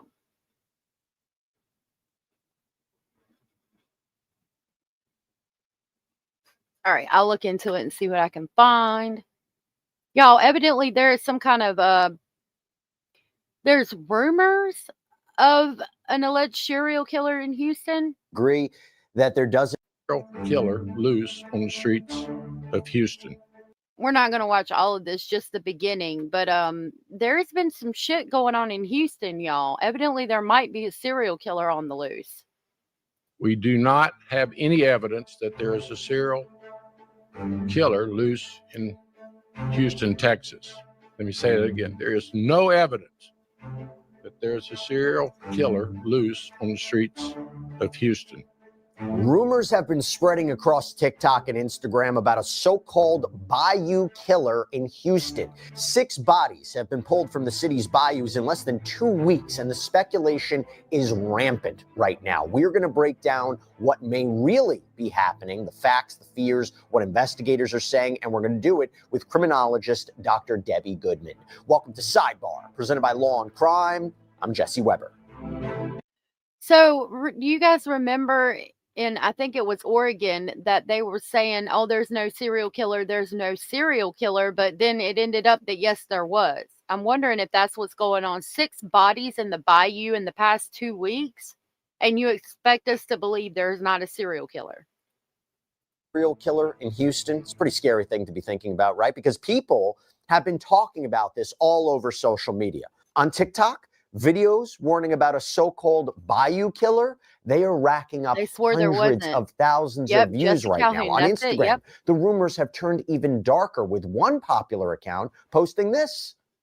Somebody's going around snatching girls, men, and they leaving them in the bayou, different bayous, Grays Bayou. It's a bunch of man. Hey, check for your family, man. Everybody look out for their family. Somebody's going around killing people all this week. Monday, Tuesday, Wednesday, Thursday, Friday. Now, posts like this went absolutely viral after Monday, Tuesday, Wednesday, Thursday, Friday, there was a body. Right. Mustang said they don't want panic, but if they don't put warnings out, it will only get worse. People will only continue to die. Like, what the hell? I don't know. I think it's men and women. 6 bodies were pulled from Houston's bayous within just days of each other. To some, it felt like, the plot of a true crime documentary, right? But when city leaders, they stepped up to the microphone during a press conference, they were crystal clear. We do not have any evidence that there is a serial killer loose in Houston, Texas. Let me say that again. There is no evidence that there is a serial killer loose on the streets of Houston. If there was, you would hear it from me first. But here's the thing. When you hear something like 6 bodies were found in bayous, it is easy to see why people think something more sinister might be going on, right? It sounds like the start of a crime series. You have 6 bodies, y'all. 6 bodies. It appeared, he didn't look like he believed much of that bullshit either, did he, Miss Woozy? It's very unlikely. Hey, Abraham. It sounds like it, right? Don't it, King's Nana? Body after another pulled from the water. Each discovery just adds fuel to this theory. So what is really happening? Well, let's try to break it down. Between September 15th and September 20th, Houston police say that they recovered 5 bodies from bayous around the city. On the morning of September 15th, police found 20-year-old Jade Elise McKissick in Brays Bayou. She had gone missing 4 days earlier after leaving a midtown bar and walking toward the water. Investigators said there were no signs of foul play in her death. But just hours later that same morning, another body was pulled from Hunting Bayou near East Freeway. Police later identified this person as 55-year-old Rodney Ricardo Chapman. The very next day, September 16th, a third person, 37-year-old Seth Joseph Hansen, was recovered from White Oak Bayou. September 18th, a 4th body was found in Buffalo Bayou at Jensen Drive. That man was later identified as 51-year-old Arnulfo Alvarado. Then there's a bunch of men and one woman so far, and they're pulling out a body a day. September 20th, police pulled a 5th body from Buffalo Bayou at North York Street. That victim was 54-year-old Michael Andrea Rice. And then finally, on September 26th, a 6th body was spotted floating in Buffalo Bayou downtown near Commerce and Millam Streets. Police haven't released a name yet, pending family notification, but a spokesperson for Houston Police told Houston Public Media that it is believed that the body could belong to a girl or a woman. And that is 6 bodies in just 11 days. Pretty chilling, to say the least. But actually, just so you know, that raises the total to 15 deaths so far this year, according to Houston Police. For comparison, 24 bodies were recovered from Houston's bayous in all of 2024. And those are the raw facts. But after the social media frenzy, Houston city leaders, they basically had no choice. They stepped up to try to clear the air, try to calm the community. Mayor John Whitmire opened the press conference with a blunt message. There is no evidence that there's a serial killer loose on the streets of Houston. But we've heard that before, and it was a lie. We've heard that before, and it was a lie. Yeah. How many people have to die and have to be pulled out of these bayous before they will say that there is indeed a serial killer on the loose in Houston? Somebody tell me that. Yeah, that's going to be related to it in just a minute. Monica said here in New York, they said the same thing way back when, and it turned out to be Rex Heuermann. Imagine that. If there was, you would hear it from me first. These 5 tragic drownings discovered over a 5-day period is alarming. One is too many. It's very frustrating to me to be at home and watch the news or social media and see people spread what I know to be false. Unfortunately, drowning in our bayous is not a new phenomenon. It's an alarming discovery. I mean, even he had to pause on that bullshit. Bullshit. You're finding a person that has drowned pretty much daily for 5-6 days in a row. Bull fucking shit. Isn't he? He's insulting our intelligence right now. He absolutely is. Something is wrong, y'all. Something wrong is popping. I said, what? She said, yeah. It's popping. Something's wrong.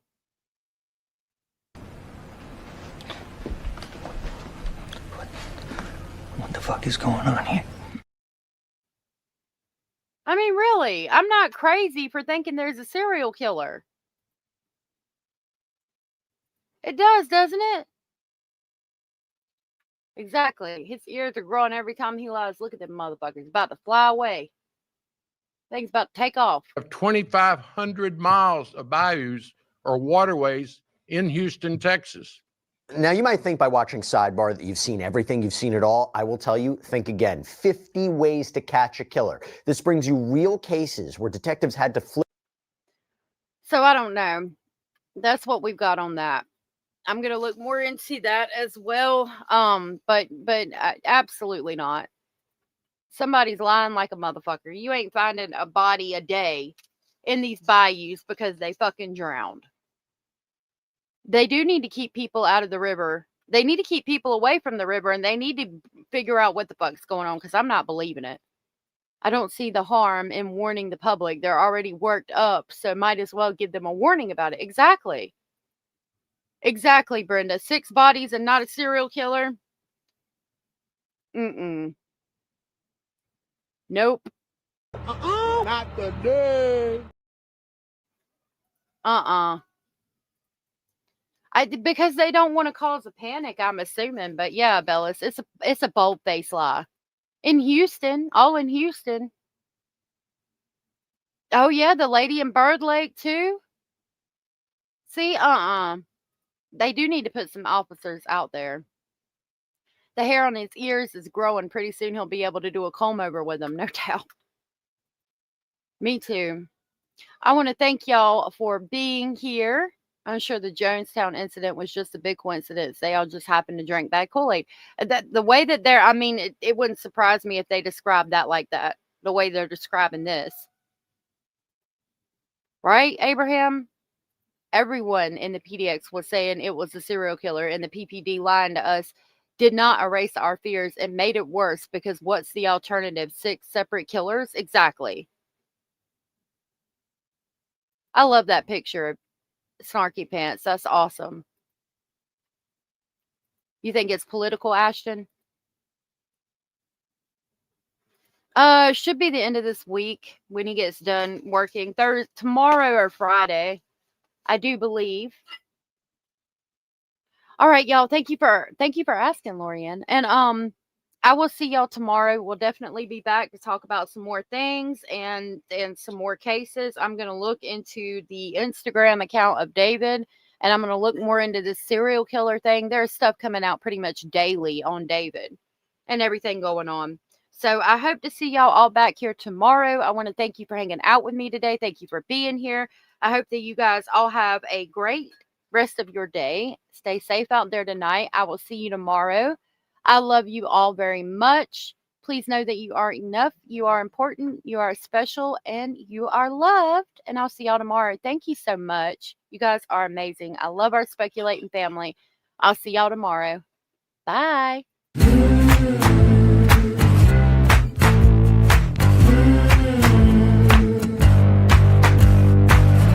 Listen up, I gotta tell you, there is something you should